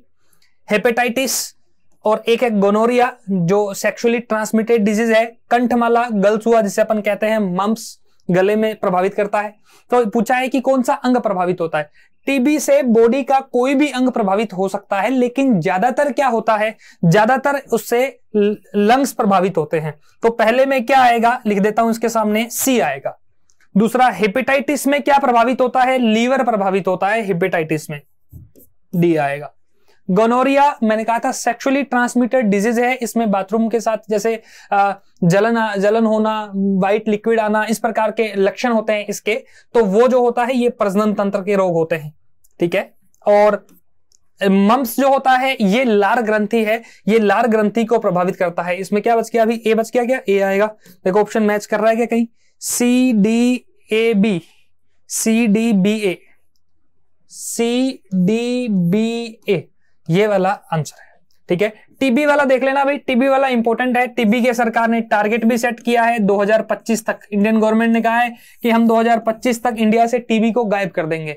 उसके लिए सरकार टीबी वाले रोगियों की पहचान कर रही है कि कौन कौन टीबी से पीड़ित है, उनको कहां कहां वो रहते हैं, उनका इलाज किया गया, उनको दवाई दी जा रही है। तो सरकार ने 2025 तक टीबी के उन्मूलन का जो टारगेट सेट किया है वो बड़ा इंपॉर्टेंट है। और वर्ल्ड में 2030 पूरे विश्व से टीबी को हम समाप्त कर देंगे। मॉस्को घोषणा है, मॉस्को घोषणा में कहा गया है टीबी को लेकर बनता है। माइकोबैक्टीरियम ट्यूबरक्लोसिस से है, जीवाणु जनित रोग है, फैलता है हवा से, जब कोई व्यक्ति छींकता है और वो पास में कोई होता है तो उससे फैल सकता है टीबी, ठीक है। तो टीबी वाला ध्यान रखेंगे। अब तो हालांकि इसकी गंभीरता थोड़ी कम हो गई है, पहले ये काफी गंभीर हुआ करता था ये रोग, ठीक है। चलिए आगे बढ़ते हैं। हेपेटाइटिस के ए बी सी डी ई 5 प्रकार होते हैं हेपेटाइटिस के, उनके कारण अलग अलग हो सकते हैं, ठीक है। चलिए आगे बढ़ते हैं। और अपन तपेदिक टीबी, यह आमतौर पर टीबी के रूप में जाना जाता है, जीवाणु मैक्टोबैक्टीरियम ट्यूबरक्लोसिस के कारण होता है। और संक्रमण किसी भी अंग में लसिका प्रवाह के माध्यम से, मैंने कहा किसी भी अंग में होता है, लेकिन अत्यधिक रूप से कहां होता है, फेफड़ों में पाया जाने वाला होता है। हेपेटाइटिस में कौन सा होता है, लीवर हेपेटाइटिस में क्या होता है, प्रभावित होता है। कंठमाला किसमें, संक्रमित लार के माध्यम से होता है। और गोनोरिया जो है ये संक्रमित व्यक्ति, सिफिलिस, इसमें एक सिफिलिस भी होता है, मूत्र जनन पथ के बीच में सीमित होता है, इस प्रकार का रोग है, ठीक है। तो ये प्रजनन अंगों को प्रभावित करता है। क्लियर है। तो ये डिजीज है। डिजीज में क्या पढ़ना होगा मैं एक बार बता देता हूं आपको। डिजीज में कोई इंपॉर्टेंट है, डेंगू है, डेंगू का वायरस पूछ लेता है, कौन सा वायरस है, H1N1 है, H5N1 है, इस प्रकार से वायरस का नाम पूछ लेगा। तो कौन सा डिजीज बैक्टीरिया और वायरस से होता है, कौन सा जीवी, कौन सा रोग प्रोटोजोआ और कृमि से होता है, यह पूछा जा सकता है। और साथ में आपको वो रोग कहां, कौन से अंग पर प्रभाव डालता है, और उन रोगों के लिए कौन सा टेस्ट होता है, ये आपको 2-3 चीजें देखनी पड़ती है, ठीक है। तो ये इस प्रकार से आपको पढ़ना है डिजीज के बारे में। रासायनिक सूत्र CH3, C इक्वल CH वाला कौन सा एल्काइन मीठी गंध वाली रंगहीन तरलीकृत गैस के रूप में दिखाई देता है। एक्साहिन, एथाइन, प्रोपाइन और आगे है ब्यूटाइन। तो इसमें कौन सा आपको दिखाई देगा, इसके लिए ध्यान दें, प्रोपाइन जो है वो इसमें दिखाई देता है, रंगीन तरलीकृत गैस के रूप में दिखाई, प्रोपाइन दिखाई देता है भाई, ठीक है। ध्यान देना प्रोपाइन के बारे में, ये फॉर्मूला भी लिखा हुआ है C। इस प्रकार से ये कार्बन की संयोजकता, इसे क्या कहते हैं, कार्बन की संयोजकता कहते हैं। मतलब कार्बन अपने अकेला नहीं रहता कभी भी, कार्बन को साथ में, कार्बन ऐसा व्यक्ति है जिसको 4 दोस्त चाहिए ही चाहिए, जो अकेला जीवन नहीं जी सकता, वो हमेशा तलाश में रहता है कि मैं मेरे 4 दोस्तों को कब पूरा करूं। तो वो ऐसे कार्बन का यही गुण है जो इतने सारे कार्बन योगी। एक बार पेपर में पूछा गया था कि कार्बन इतना ज्यादा क्यों अपनी प्रकृति में पाया जाता है, क्योंकि कार्बन में संयोजकता होती है, 4 होती है, उसको कोई ना कोई चाहिए होता है, शांत नहीं रह सकता, तो नए दोस्त बनाते चलता है वो, ठीक है। तो इस वजह से प्रोपाइन। आगे देखिए, कौन सा 4 कार्बन परमाणुओं से बना एक सीधी श्रृंखला वाला एल्केन है, 4 कार्बन परमाणुओं से बना एक सीधी श्रृंखला वाला एल्केन है, जिसका उपयोग आमतौर पर ईंधन और एरोसोल प्रणोदक के रूप में किया जाता है। 2,3 dimethyl butane, butane, isobutane, 2 methyl butane. तो ध्यान दें, ईंधन के रूप में उपयोग होता है क्या, ब्यूटेन, और एक होता है इसमें प्रोपेन। ये 2 जो है वो ईंधन एलपीजी के मुख्य घटक होते हैं। दोनों किसके घटक होते हैं, एलपीजी के मेन जो है, मेन एलिमेंट जो है वो क्या होते हैं, ये होते हैं, ठीक है। तो ध्यान दें, इसमें क्या आंसर आएगा भाई, ब्यूटेन इसका राइट आंसर आएगा, ब्यूटेन है। इनके एक तो ब्यूटेन का, मीथेन का और प्रोपेन का, इन सब के बारे में थोड़ा सा पढ़ लेना भाई, ये अक्सर पूछा जाता है एग्जाम में, पूछ लेता है एग्जामिनर इनको, ठीक है। तो थोड़ा सा ध्यान दीजिएगा इन पे। हाँ जी, चलिए आगे बढ़ते हैं। ब्यूटेन है, ब्यूटेन का फॉर्मूला दे रखा है C4H10। क्या है? C4H10 फॉर्मूला होता है जिसमें कार्बन के 4, मैंने क्या कहा था, एक कार्बन अकेला नहीं रह सकता, वो 4 दोस्त बना के ही रहेगा। एक साइड में उसने अपने कार्बन मित्र को बुला लिया, 3 साइड में उसने क्या है, H हाइड्रोजन से जुड़ गया। ठीक है, तो ये ब्यूटेन वाला है। आगे बढ़ते हैं। ऑक्सीजन रहित प्रकाश संश्लेषण करने वाले बैक्टीरिया इलेक्ट्रॉन दाता के रूप में निम्नलिखित में से किस यौगिक का उपयोग करते हैं? ग्लूकोज का, कार्बन डाइऑक्साइड का, हाइड्रोजन सल्फाइड का या जल का? प्रकाश संश्लेषण तो पढ़ा ही होगा आपने, फोटोसिंथेसिस। इस अर्थ पर यदि ऊर्जा है तो ऊर्जा का कारण क्या है? प्रकाश संश्लेषण। वैसे क्वेश्चन है साइंस में कि पृथ्वी पर ऊर्जा का चरम स्रोत क्या है, अंतिम स्रोत क्या है? जो पृथ्वी पर ऊर्जा आती है, पृथ्वी पर ऊर्जा का अंतिम स्रोत है सूरज। क्यों भाई? सूरज की वजह से प्रकाश संश्लेषण होता है। प्रकाश संश्लेषण से बनते हैं पौधों में भोजन और पौधे ग्रो करते हैं। और मनुष्य किनको खाता है? पौधों को ही खाता है। उन पौधों को पौधे वाले जीव खाते हैं, उन जीवों को बड़े जीव खाते हैं, उन जीव फिर बड़े को और बड़े जीव खाते हैं। इस प्रकार से फूड चेन जो बनती है वो यहीं से शुरू होती है। तो इसलिए प्रकाश संश्लेषण सबसे इंपॉर्टेंट प्रक्रिया है अपने अर्थ पर। ठीक है, तो इसमें जो ऑक्सीजन का यूज, ऑक्सीजन रहित प्रकाश संश्लेषण होता है, उसमें किसका यूज होता है? हाइड्रोजन सल्फाइड का यूज किया जाता है। हाइड्रोजन सल्फाइड यूज होता है। एक तो ध्यान रखें, प्रकाश संश्लेषण को इंग्लिश नाम भी ध्यान रखें इसका, कई बार पेपर में सीधा लिख देगा। क्या नाम लिखेगा? फोटोसिंथेसिस। इसको क्या कहते हैं? फोटोसिंथेसिस कहा जाता है, जिसमें जल, CO2, ऑक्सीजन और सूरज का प्रकाश जो है, ये सब तत्व इसमें यूज होते हैं। ये अनिवार्य घटक होते हैं फोटोसिंथेसिस की प्रोसेस के लिए। उस प्रक्रिया का वर्णन करने के लिए किस शब्द का उपयोग किया जाता है जिसके लिए महासागरों, जिसके द्वारा महासागरों, झीलों और नदियों का पानी वाष्प में परिवर्तित हो जाता है और वायुमंडल में ऊपर उठता है? वाष्पीकरण, संघनन, वर्षा, वाष्पोत्सर्जन। तो क्या कहते हैं उसको? वाष्पीकरण उसे कहा जाता है। स्वाभाविक सी बात है, वाष्पीकरण जानते ही आप कि आपने कमरे में भी अगर पानी रखा तो वो कुछ दिन के बाद क्या हो जाएगा, कुछ घंटों के बाद क्या हो जाएगा, उड़ जाएगा। अपने बर्तन जब अपन रखते हैं तो गीले होते हैं लेकिन कुछ टाइम बाद सूख जाते हैं। तो ये ठीक है, तो वाष्पीकरण प्रक्रिया है। वाष्पोत्सर्जन क्या होता है? जब पानी उड़ता तो है लेकिन पादपों की पत्तियों से जब उड़ता है तो फिर वो क्या कहलाता है? वाष्पोत्सर्जन कहलाता है। संघनन क्या कहलाता है? बादल जो बनते हैं वो कंडेंसेशन है, संघनन है। और जब संघनन बहुत ज्यादा हो जाता है, हवा में बादल तैर नहीं पाते हैं, तो फिर क्या हो जाती है? वर्षा हो जाती है। ठीक है, तो ये वाला एक आप ध्यान रखेंगे। वाष्पीकरण, इवेपोरेशन कह दीजिए, वेपोरेशन कह दीजिए, एक ही बात है। वेपोराइजेशन भी कहते हैं इसको, वाष्पीकरण। ठीक है, वायुमंडलीय दबाव कम होता है इसलिए कम तापमान पर उबलता है। समुद्र तल पर तरल पदार्थ की समान मात्रा अधिक वायुमंडलीय दबाव में और उच्च तापमान पर उबलती है। नमक समुद्री जल के वाष्पीकरण से ही प्राप्त होता है। नमक जो बनाया जाता है वो वाष्पीकरण से बनता है। कच्छ में जो नमक बनता है गुजरात में, उसमें यही प्रक्रिया होती है। पानी को बार बार हिलाते हैं ताकि पानी उड़े ज्यादा से ज्यादा। तो इस प्रकार का प्रोसेस होता है। ठीक है, गांधी जी ने भी नमक जब बनाया तो वाष्पीकरण के थ्रू तो बनाया था, बस वो बॉइलिंग, अपने बॉइल किया था, उबाला था उन्होंने, यही तो था। ठीक है, किस रूसी रसायनज्ञ की आवर्त सारणी 1872 में एक जर्मन पत्रिका में प्रकाशित हुई थी? Lothar Meyer, Dmitri Mendeleev, John Wolfgang Dobereiner, Henry Moseley. अब ये नहीं गलत होना चाहिए प्रश्न। यदि ये गलत होता है तो मेरिट में पिछड़ने वाले हाल आते हैं भाई।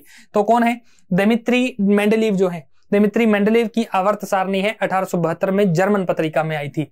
एक ये ध्यान दे, रूसी, जब ये कहां के थे? रूस के। नाम से क्लियर है, ऐसे नाम रूस में ही होते हैं। दिमित्री वगैरह नाम जो होते हैं वो रूस के ही नाम है। ये अपने आवर्त सारणी का नाम तो सुना ही होगा। इसमें अपने 94 और 24 ऐसे तत्व होते हैं। टोटल 118 एलिमेंट इसके अंदर मेंशन किए गए हैं, जिनमें से 94 नेचुरल होते हैं और 24 क्या होते हैं? ये आर्टिफिशियल होते हैं, मनुष्य ने बनाए हैं इनको, मैन मेड होते हैं। ठीक है, तो 94 ये आपने पढ़ा भी होगा। इसमें समस्थानिक, समभारिक एक टॉपिक पढ़ते हैं। आइसोटोप्स जब अपन पढ़ते हैं तो उसमें पढ़ते हैं कि ऐसे परमाणु, ऐसे पदार्थ, ऐसे तत्व जिनकी परमाणु क्रमांक संख्या समान होती है, वो उन्हें आवर्त सारणी में एक ही स्थान पर रखा जाता है और उन्हें कहा जाता है समस्थानिक। तो आवर्त सारणी का संबंध उनसे भी होता है। ठीक है, चलिए मेंडेलीव का ये पढ़े, मेंडेलीव का आवर्त सारणी का नियम ये है और इसके बारे में यहाँ वर्ष 1872 में एक जर्मन पत्रिका में प्रकाशित हुआ था। ये पुरानी एनसीईआरटी के अनुसार है। It was published in a German magazine in the year 1872। Clear है, आगे देखते हैं। लीवर में आयरन के बड़े जमाव से डैश नामक स्थिति उत्पन्न होती है। Kwashiorkor, osteomalacia, हेमोसाइडोरोसिस। तो लीवर में आयरन के बड़े जमाव से कौन सा रोग होता है? उसके रोग की बात करें तो वो रोग कौन सा होता है? ये क्वाशियोरकोर तो किससे होता है? प्रोटीन की कमी से होने वाला रोग है। क्वाशियोरकोर तो किससे होता है? प्रोटीन से, तो ये नहीं हो सकता आंसर इसका। और ऑस्टियोमेलिसिस हड्डियों में होने वाला रोग है, हड्डियों में छेद हो जाते हैं, हड्डियां कमजोर हो जाती हैं, विटामिन डी की कमी से होता है। हेमोसाइडोसिस, बिल्कुल ये आयरन जब लीवर में आयरन ज्यादा जमा हो जाता है तो फिर क्या हो जाता है? हेमोसाइडोसिस हो जाता है। एनीमिया क्या हो जाता है? एनीमिया जब आयरन की कमी हो जाती है, विटामिन बी की कमी हो जाती है, तब क्या हो जाता है? एनीमिया। विटामिन B12 जिसे अपन कहते हैं, उससे परनीशियस एनीमिया, बड़ा डेंजरस एनीमिया होता है उससे। तो एनीमिया, ब्लड में आयरन की कमी हो जाती है तो प्रॉपर तरीके से ब्लड बन नहीं पाता है, इस वजह से एनीमिया कहा जाता है उसको। ठीक है, तो इसमें कौन सा है? हीमोसाइडरोसिस। लेकिन ये ध्यान रखें, क्वाशियोरकोर और एक और है मेरास्मस।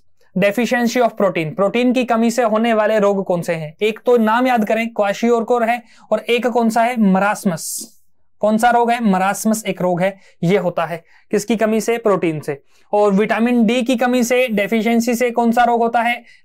इसमें अपनी देखिए, ऑस्टियोमेलेशिया अडल्ट में होता है। बच्चों में कौन सा होता है? रिकेट्स बच्चों में होता है, विटामिन डी की कमी से। जब आप पढ़ेंगे विटामिन की कमी से होने वाले रोग हैं, ए है, विटामिन बी है, विटामिन सी है, डी, ई और के, ये सब विटामिन होते हैं। तो इनकी कमी से होने वाले रोग जो होते हैं, ठीक है, ये आयरन की कमी से होने वाला रोग कौन सा है? वो एनीमिया होता है।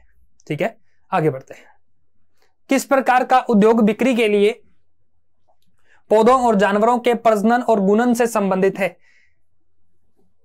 उद्योग बिक्री के लिए पौधों और जानवरों के प्रजनन और गुणन से संबंधित है। विनिर्माण उद्योग, आनुवांशिक उद्योग, निष्कर्षण उद्योग, सेवा उद्योग। विनिर्माण मतलब ये मार्कर जब है, इस मार्कर को बनाया तो ये कैसा उद्योग है? विनिर्माण है। वो पौधों और जानवरों वाला कोई इसमें कंसेप्ट नहीं है।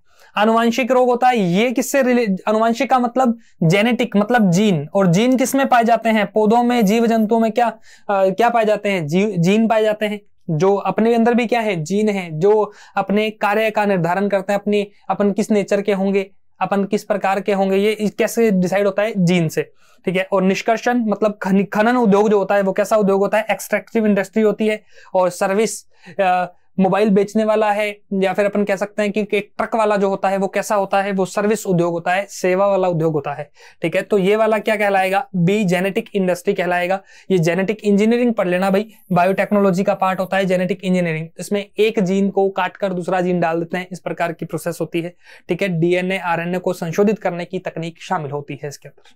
ठीक है, चलिए आगे बढ़ते हैं। बेसल बॉडी और सेंट्रियोल्स लगभग एक जैसी महीन संरचना दिखाते हैं। निम्नलिखित में से कौन सा कथन उन्हें एक दूसरे से अलग करता है? अब देखिए ये क्वेश्चन कितना डीप है। ठीक है, बेसल बॉडी और सेंट्रियल्स ये क्या होता है? ये प्रोटीन से संबंधित होते हैं, प्रोटीन की संरचना से संबंधित होते हैं। बेसल बॉडी प्रोटीन संरचनाएं हैं, और जबकि सेंट्रियोल बिल्कुल भी प्रोटीन युक्त नहीं है। और सेंट्रियोल प्रोटीन संश्लेषण में भाग लेते हैं, जबकि बॉडी इसमें शामिल नहीं होती। और सेंट्रियोल में डिस्टल उपांग होते हैं, और लेकिन बेसल बॉडी ऐसी चीजें नहीं ले जाती। सेंट्रियोल में झिल्ली होती है और उसमें गैर झिल्लीदार होते हैं। तो इनमें जो डिफरेंस करने वाला पॉइंट जो है वो कौन सा है? ये वाला पॉइंट है। सेंट्रियोल्स में डिस्टल उपांग, centriole possess distal appendage but basal bodies don't carry such things. तो इसका सही आंसर क्या है भाई? सी इसका राइट आंसर है। देख लेना, पूरी प्रोसेस समझनी पड़ेगी, डायग्राम बनाकर इसमें समझना पड़ेगा आपको, तब जाके इनके बारे में। यहाँ ये अपना मेंशन कर रखा है सेंट्रियोल्स के बारे में और पेरीसेंट्रियोल्स के बारे में। ठीक है, चलिए क्लियर है ये वाला, आगे बढ़ते हैं। जीव जब नई परिस्थितियों और परिवेश का सामना करते हैं तो अपने पर्यावरण में फिट होने के लिए नए चरित्रों को अपनाना शुरू कर देते हैं। इसे क्या कहा जाता है?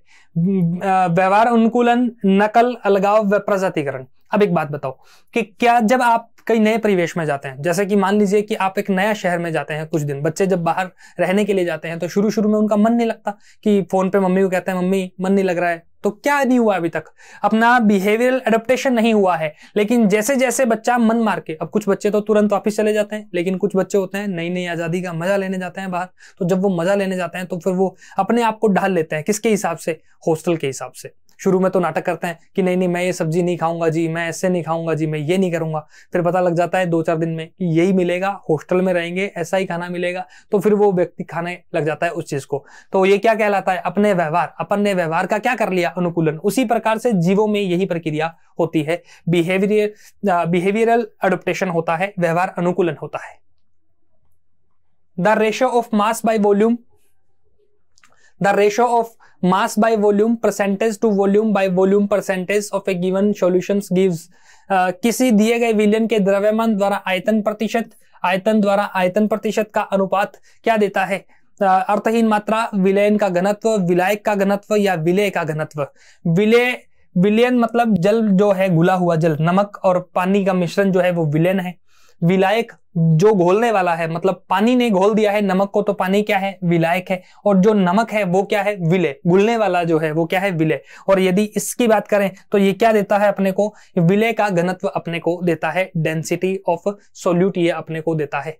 द्रव्यमान है, मोल है, फिर वही बात, साइंटिफिक पूरे तरीके से साइंस पर टिका हुआ क्वेश्चन है, ये आपको इसमें देखना है भी। इसके बारे में पढ़ लेना थोड़ा सा, मोलता इसके बारे में, मोलैलिटी के बारे में देख लेना अभी थोड़ा, ताकि आपको ये पता लग जाए। चलिए, मैग्नीशियम हाइड्रोक्साइड एंटासिड और जुलाब का एक सामान्य घटक है जिसे लोकप्रिय रूप से जाना जाता है। Milk of magnesia, fused magnesia, magnesium alba और कास्टिक कैल्सिनेटेड मैग्नीशिया। तो मैग्नीशियम हाइड्रोक्साइड, ये मैग्नीशियम हाइड्रोक्साइड जो होता है, ये जो एसिडिटी होती है उसका इलाज करने में काम आता है। ठीक है, तो इसे क्या कहते हैं? मिल्क ऑफ मैग्नीशिया इसे कहा जाता है, मिल्क ऑफ मैग्नीशिया। ठीक है, तो मिल्क ऑफ मैग्नीशिया ये क्षार होता है एक प्रकार से। ठीक है, तो milk of magnesia, magnesium hydroxide ही होता है, तो इसका ध्यान रखें। मिल्क ऑफ मैग्नीशिया जो पेट की एसिडिटी को दूर करने के काम आता है। अपने पेट में HCl होता है, आमाशय में HCl होता है, और HCl का pH कितना होता है? 1.8 pH होता है, जो कि बेहद ज्यादा क्या होता है? एसिडिक होता है। अब इस एसिडिक, और कई बार अचार वचार खाने, ज्यादा खाना खाने, इन सब से भी क्या हो जाता है? पेट में एसिडिटी बन जाती है। तो उस एसिडिटी के लिए हम मिल्क ऑफ मैग्नीशिया यूज करते हैं, ताकि वो क्या हो जाए? कम हो जाए। ठीक है, अगला क्वेश्चन देखिए यहाँ पे। मैग्नीशियम हाइड्रोक्साइड जिसे क्या कहते हैं? मिल्क ऑफ मैग्नीशिया, एक एंटासिड के रूप में काम करता है। ठीक है, चलिए आगे देखते हैं। 1828 में फ्रेडरिक वोलर ने एक पेपर प्रकाशित किया जिसमें इन विट्रो में किस एसिड और अमोनियम के संयोजन से यूरिया के निर्माण का वर्णन किया गया था। ठीक है, तो ये बताना है perchloric acid, hydroiodic acid, valeric acid या साइनिक एसिड। तो यूरिया का निर्माण जो किया गया था, कहाँ है भाई यूरिया का निर्माण जो किया गया था, कब किया? 1828 में। क्या था उसमें? साइनिक एसिड था। ध्यान देंगे, फ्रेडरिक वोलर ने प्रयोगशाला में अमोनियम साइनाइड का यूज किया और साथ में क्या बनाया? यूरिया तैयार करने में सफलता प्राप्त की थी। तो यूरिया और ये साइनिक एसिड है। चलिए, एरिक ए कॉर्नेल, वोल्फगैंग केटरले और कार्ल ई विमन को 4 परमाणुओं की तनु गैसों में बोस-आइंस्टीन कंडेंसेंट, बोस-आइंस्टीन संघनन की उपलब्धि के लिए संयुक्त रूप से किस वर्ष नोबेल पुरस्कार दिया गया था? 2001, 2008, 1999, 2004। तो उन्हें 2001 में नोबेल पुरस्कार से सम्मानित किया गया था। बोस-आइंस्टीन कंडेंसेंट, याद ध्यान दें, BEC यह पदार्थ की 5वीं अवस्था, कौन सी अवस्था मानी जाती है? आप पढ़ेंगे पदार्थ की अवस्थाएं, उसमें आप 3 तो पढ़ेंगे, ठोस, द्रव और गैस, और एक अपन पढ़ते हैं प्लाज्मा अवस्था जो चौथी होती है, और जिसमें आयनीकृत गैस होती है, आयोनाइज्ड जो गैस होती है, और 5वीं होती है बोस-आइंस्टीन कंडेंसेंट। जब 1,00,000वां हिस्सा पढ़िए, किसी गैस का 1,00,000वां हिस्सा ठंडा किया जाए तो जो पदार्थ निकलेगा वो क्या है? वो BEC है। ठीक है, तो ये बोस-आइंस्टीन कंडेंसेंट है। आगे बढ़े, और इसमें बोस से मतलब क्या है? सत्येंद्र नाथ बोस, सुभाष चंद्र बोस नहीं है भाई, क्या नाम है यहाँ पे? सत्येंद्र नाथ बोस है। अल्बर्ट आइंस्टीन के साथ मिलकर उन्होंने ये तैयार किया था। क्लियर है? आगे बढ़े, अपना आंसर आ गया। क्वेश्चन नंबर 32 क्या कहता है? लार जानवरों में भोजन के पाचन में मदद करती है। यह क्या करती है? लार का काम क्या है? सलाइवा क्या काम करती है उसका पूछा है। Breaks down starch into sugar, starch को चीनी में तोड़ती है। भोजन को वायुनली में जाने से रोकती है। भोजन का स्वाद महसूस करने में मदद करती है। एलर्जी की संभावना कम करती है। ऐसा इसमें ध्यान दें कि लार में 2 एंजाइम पाए जाते हैं। एक तो क्या होता है? टाइलिन होता है, और एक क्या होता है? लाइसोसोम होता है, लाइसोजाइम होता है। इस प्रकार से एक एंजाइम होता है। ठीक है, तो ध्यान दें, तो लार जो होती है उसका काम क्या होता है? Breaks down starch into sugar, starch को चीनी में तोड़ना, स्टार्च को चीनी में तोड़ने का काम है। यहां पढ़िए, लार अथवा मुख में जल लाने वाली ग्रंथियां, इनमें यहां लिखा है आपको, इसमें आपको मिल जाएगा प्लाज्मा श्लेष्म सिरल तरम कणिकाओं से रहित रक्त का एक तरल भाग होता है। एंजाइम अथवा लार एमाइलेज या टाइलिन, एमाइलेज कह दीजिए या टाइलिन कह दीजिए, ये एंजाइम होता है, और एक लाइसोजाइम एक एंजाइम होता है। तो लाइसोजाइम, ये दो एंजाइम अपनी लार में पाए जाते हैं। एमाइलेज या टाइलिन एंजाइम जो है वो क्या करता है, वो अपने भोजन में जो स्टार्च होती है उसे पाचन करता है, और लाइसोजाइम क्या करता है, भोजन में जो बैक्टीरियाज होते हैं उनको मारता है। तो ये लार होता है, लार ये काम करती है। ठीक है, लाइसोजाइम याद रखिएगा, लार वाले पूछेगा, अगली बार सीधा पूछ लेगा टाइलिन किस ग्रंथि से स्रावित होने वाला हार्मोन है, इस प्रकार के क्वेश्चन। वह तापमान जिस पर कोई तेल जलने लगता है, जिसे तैयार किए जा रहे खाद्य पदार्थों में जले हुए स्वाद का आभास होता है, उसे क्या कहते हैं? क्रिटिकल टेम्परेचर, क्रांतिक ताप कहते हैं, धूम्र बिंदु, प्रज्वलन ताप या क्वथनांक कहा जाता है। तो उसे क्या कहा जाता है? स्मोक पॉइंट उसे कहा जाता है, धूम्र बिंदु उसे कहा जाता है। वह पॉइंट जब जितना गर्म करने पर तेल से धुआं निकलने लगे वो क्या कहलाएगा? धूम्र पॉइंट कहलाएगा। ठीक है, बॉइलिंग पॉइंट, क्वथनांक जिसपे कोई द्रव उबलने लगता है वो क्या कहलाता है? उसका बॉइलिंग पॉइंट कहलाता है। ठीक है, तो ध्यान दें, स्मोक पॉइंट के बारे में है, यहाँ लिखा भी हुआ आगे। बॉइलिंग पॉइंट की डेफिनेशन है यहाँ पे, when enough heat is added to a liquid the liquid starts to boil. वह इतनी उष्मा जिसपे उस उष्मा पे वह जल जो है वो उबलने लग जाता है, बॉइलिंग पॉइंट है। Temperature at which a substance catches fire is called ignition. Ignition temperature, जब उस पर आग लग जाए तो वो इग्निशन वाला होता है, इग्निशन जलना ही होता है एक प्रकार से। और क्रिटिकल टेम्परेचर की डेफिनेशन भी यहाँ अपनों ने पढ़ी हुई है। ठीक है, तो ये क्रिटिकल टेम्परेचर के बारे में बता रहे हैं।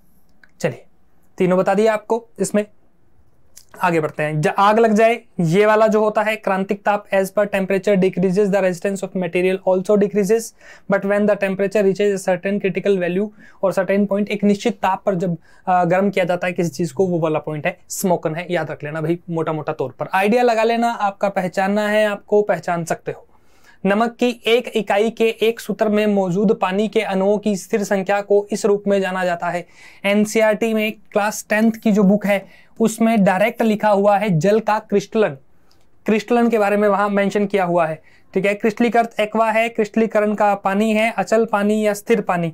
तो ये क्या है? वाटर ऑफ क्रिस्टलाइजेशन है, 10th की किताब में है। इसमें से कई सारे क्वेश्चन 10th की किताब में आराम से मिल जाएंगे। 9th 10th की साइंस पढ़ लिया आपने तो उसके क्वेश्चन कर सकते हैं।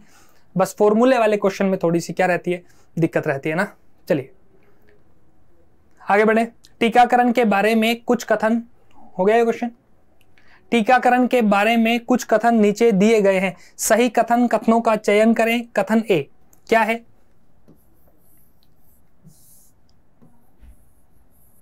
टीकाकरण में रोगजनकों या निष्क्रिय कमजोर रोगजनकों के एंटीजेनिक प्रोटीन की तैयारी शरीर में प्रवेश की जाती है। बिल्कुल यही काम होता है, टीका इसी बेस पर बना होता है।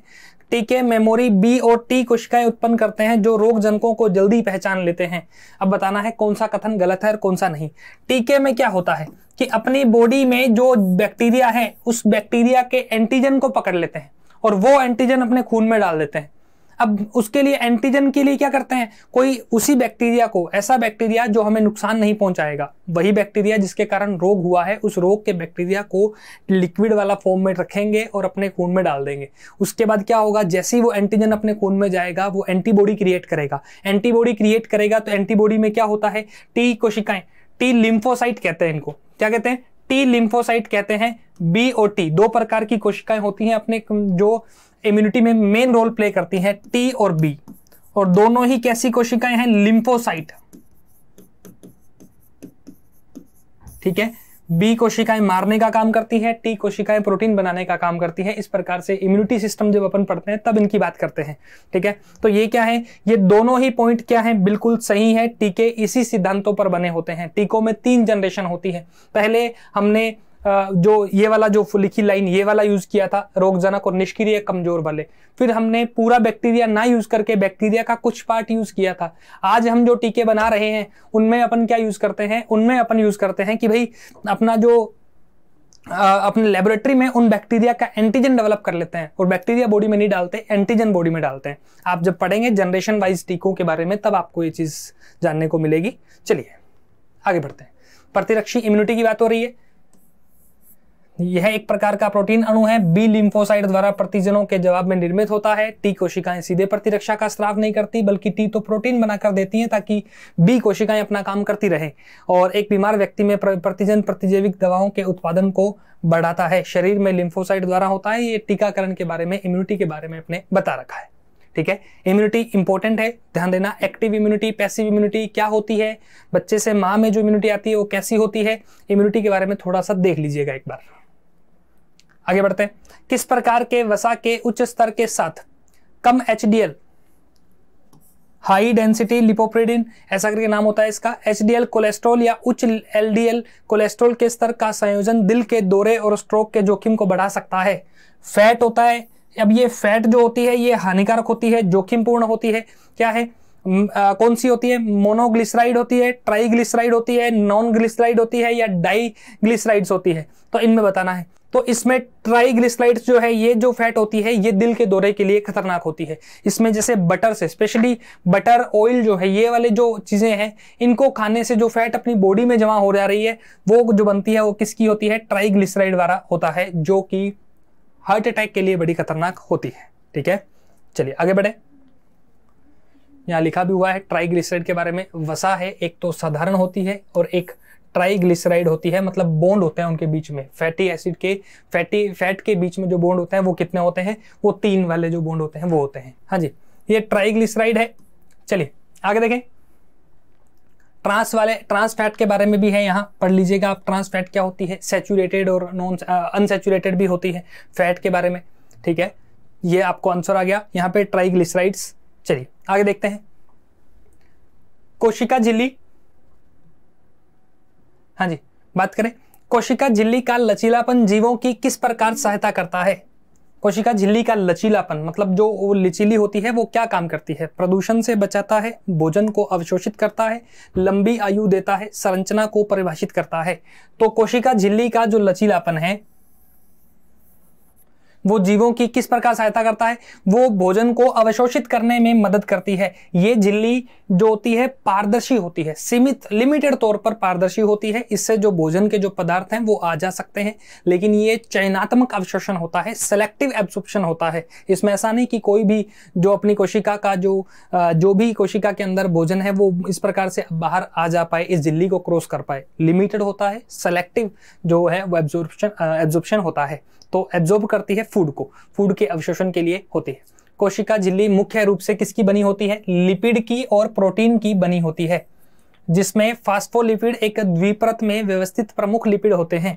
फास्फोलिपिड के ध्रुवीय सिर बाहर की ओर होते हैं, जबकि हाइड्रोफोबिक पूंछ अंदर की ओर उन्मुख होती है, जो गैर ध्रुवीय पूंछ को जलीय वातावरण से बचाती है। झिल्ली में कोलेस्ट्रॉल भी होता है, संरचना होती है। इस प्रकार से झिल्ली के बारे में यहाँ अपना लिख रखा है। और ये देखिए यहाँ पे, the flexible nature of the cell membrane allows the cell to engulf food on other substance from the surrounding environment and this process of intake is known as the endocytosis। क्या कहते हैं इसको, एंडोसाइटोसिस इस process को कहा जाता है। ये झिल्ली के बारे में है। चलिए आगे देखते हैं। ऊष्मागतिकी का कौन सा नियम बताता है कि ऊर्जा का निर्माण या विनाश नहीं किया जा सकता, केवल स्थानांतरित या परिवर्तित किया जा सकता है। इसे कहते हैं ऊर्जा संरक्षण का नियम। क्या कहते हैं, ऊर्जा संरक्षण का नियम।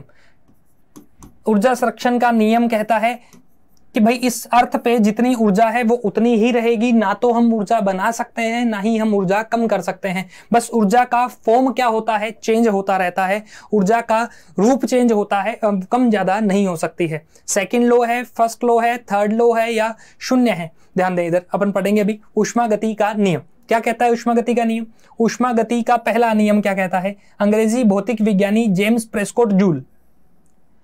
प्रेस्कॉट जूल ने संरक्षण के सिद्धांत के आधार को रेखांकित किया। मैंने लिखा ऊर्जा संरक्षण का नियम, संरक्षण के सिद्धांत के आधार को रेखांकित किया। सिस्टम की आंतरिक ऊर्जा में परिवर्तन सिस्टम को की गई ऊष्मा से सिस्टम द्वारा परिवेश पर किए गए कार्य को घटाने के बराबर है।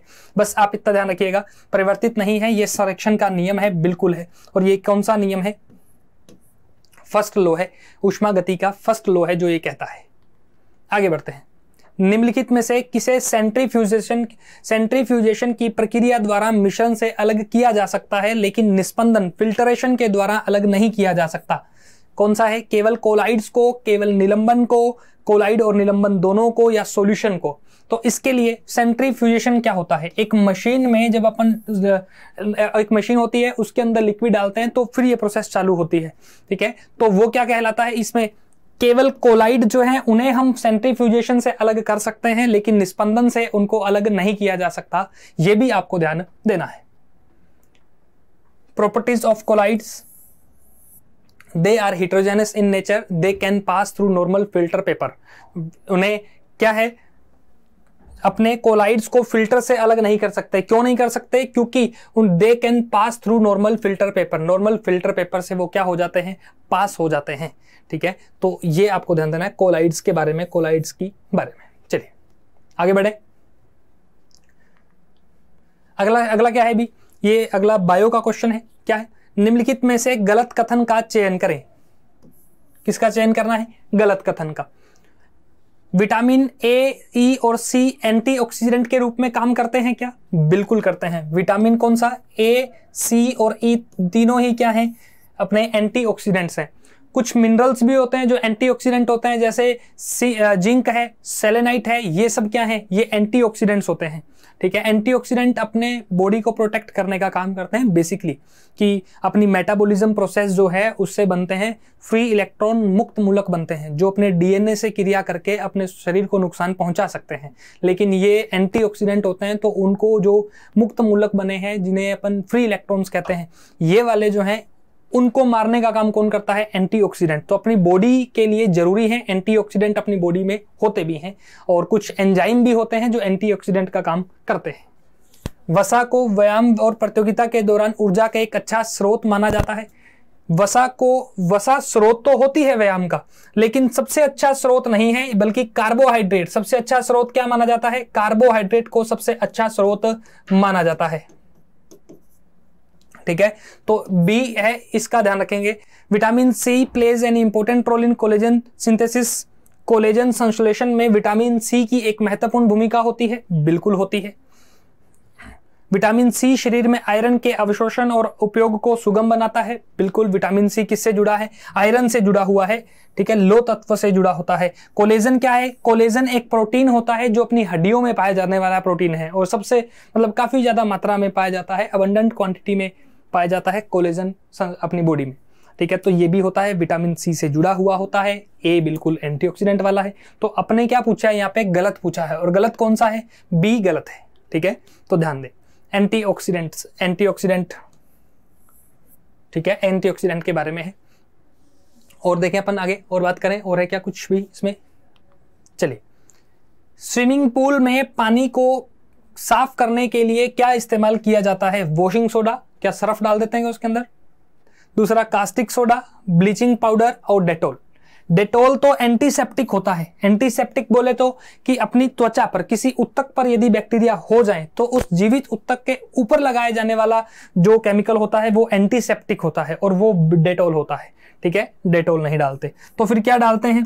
ब्लीचिंग पाउडर डालते हैं। ब्लीचिंग पाउडर, देखिए ब्लीचिंग पाउडर क्या होता है, हिंदी में क्या कहा जाता है? विरंजक चूर्ण। 10th क्लास की किताब में चैप्टर है दैनिक जीवन में रसायन, शायद दूसरा तीसरा चैप्टर ही होगा दैनिक जीवन में रसायन। शुरू में केमिस्ट्री है, फिर फिजिक्स के चैप्टर है, लास्ट में बायो के चैप्टर हैं। 10th की क्लास है वाली। ठीक है, 10th की क्लास की बुक जब अपन पढ़ते हैं साइंस वाली, उसमें 4 या 5 ही एसिड के, 4 या 5 ही इन रसायनों के नाम दे रखे हैं। ब्लीचिंग पाउडर है, प्लास्टर ऑफ पेरिस है, इस प्रकार से टोटल 4-5 नाम ही है, ज्यादा नाम नहीं है। उनमें से ही बार बार पूछ रहा है। कास्टिक सोडा है उसके अंदर, वॉशिंग सोडा है उसके अंदर, बेकिंग वाला इस प्रकार बेकिंग भी है, ब्लीचिंग भी है, ये सारे हैं। इन्हीं में से बार बार क्वेश्चन क्या कर रहा है? एग्जामिनर पूछ रहा है। तो वो किताब में जो रसायन के नाम लिखे हैं पढ़ लीजिएगा एक बार, काफी काम के हैं। सूत्र क्या होता है? CaOCl2, कैल्शियम ऑक्सीक्लोराइड इसका नाम होता है। देखिए लिखा भी है, कैल्शियम ऑक्सीक्लोराइड। साधारण नाम क्या है? कैल्शियम हाइपोक्लोराइड इसका साधारण नाम है। शुष्क बुझे हुए चूने पर क्लोरीन की क्रिया से विरंजक चूर्ण प्राप्त होता है। कैसे प्राप्त होता है? शुष्क बुझे हुए चूर्ण पर क्लोरीन की क्रिया करवा के प्राप्त होता है। विरंजक चूर्ण का उपयोग, ब्लीच के मुख्य घटक सोडियम है। उपयोग क्या है? पानी में से कीटाणुओं को मारने के लिए। और स्विमिंग पूल में क्या होता है? पानी ही तो होता है, और पानी में क्या होता है? कीटाणु। तो वहां डाला जाता है ब्लीचिंग पाउडर। आगे देख लेते हैं। जोहान वोल्फगैंग डेबर्ने ने पाया कि तरल ब्रोमीन के गफा किस गैस और ठोस आयोडीन के गफाओं के बीच होते हैं। क्या है? John Wolf Dobereiner discovered that the properties of liquid bromine lies between the properties of which gas and solids, कि किसके बीच में जो ब्रोमीन की तरफ प्रॉपर्टी होती है, हीलियम, फ्लोरीन, ऑर्गन और क्लोरीन। तो देखिए क्लोरीन गैस जो होती है, यहां नियम है डोबरिन ट्रिक का नियम। उसने क्या कहा कि 3 ऐसे तत्व हैं जो एक जैसे होते हैं, जिनके रासायनिक और भौतिक तत्व एक जैसे होते हैं।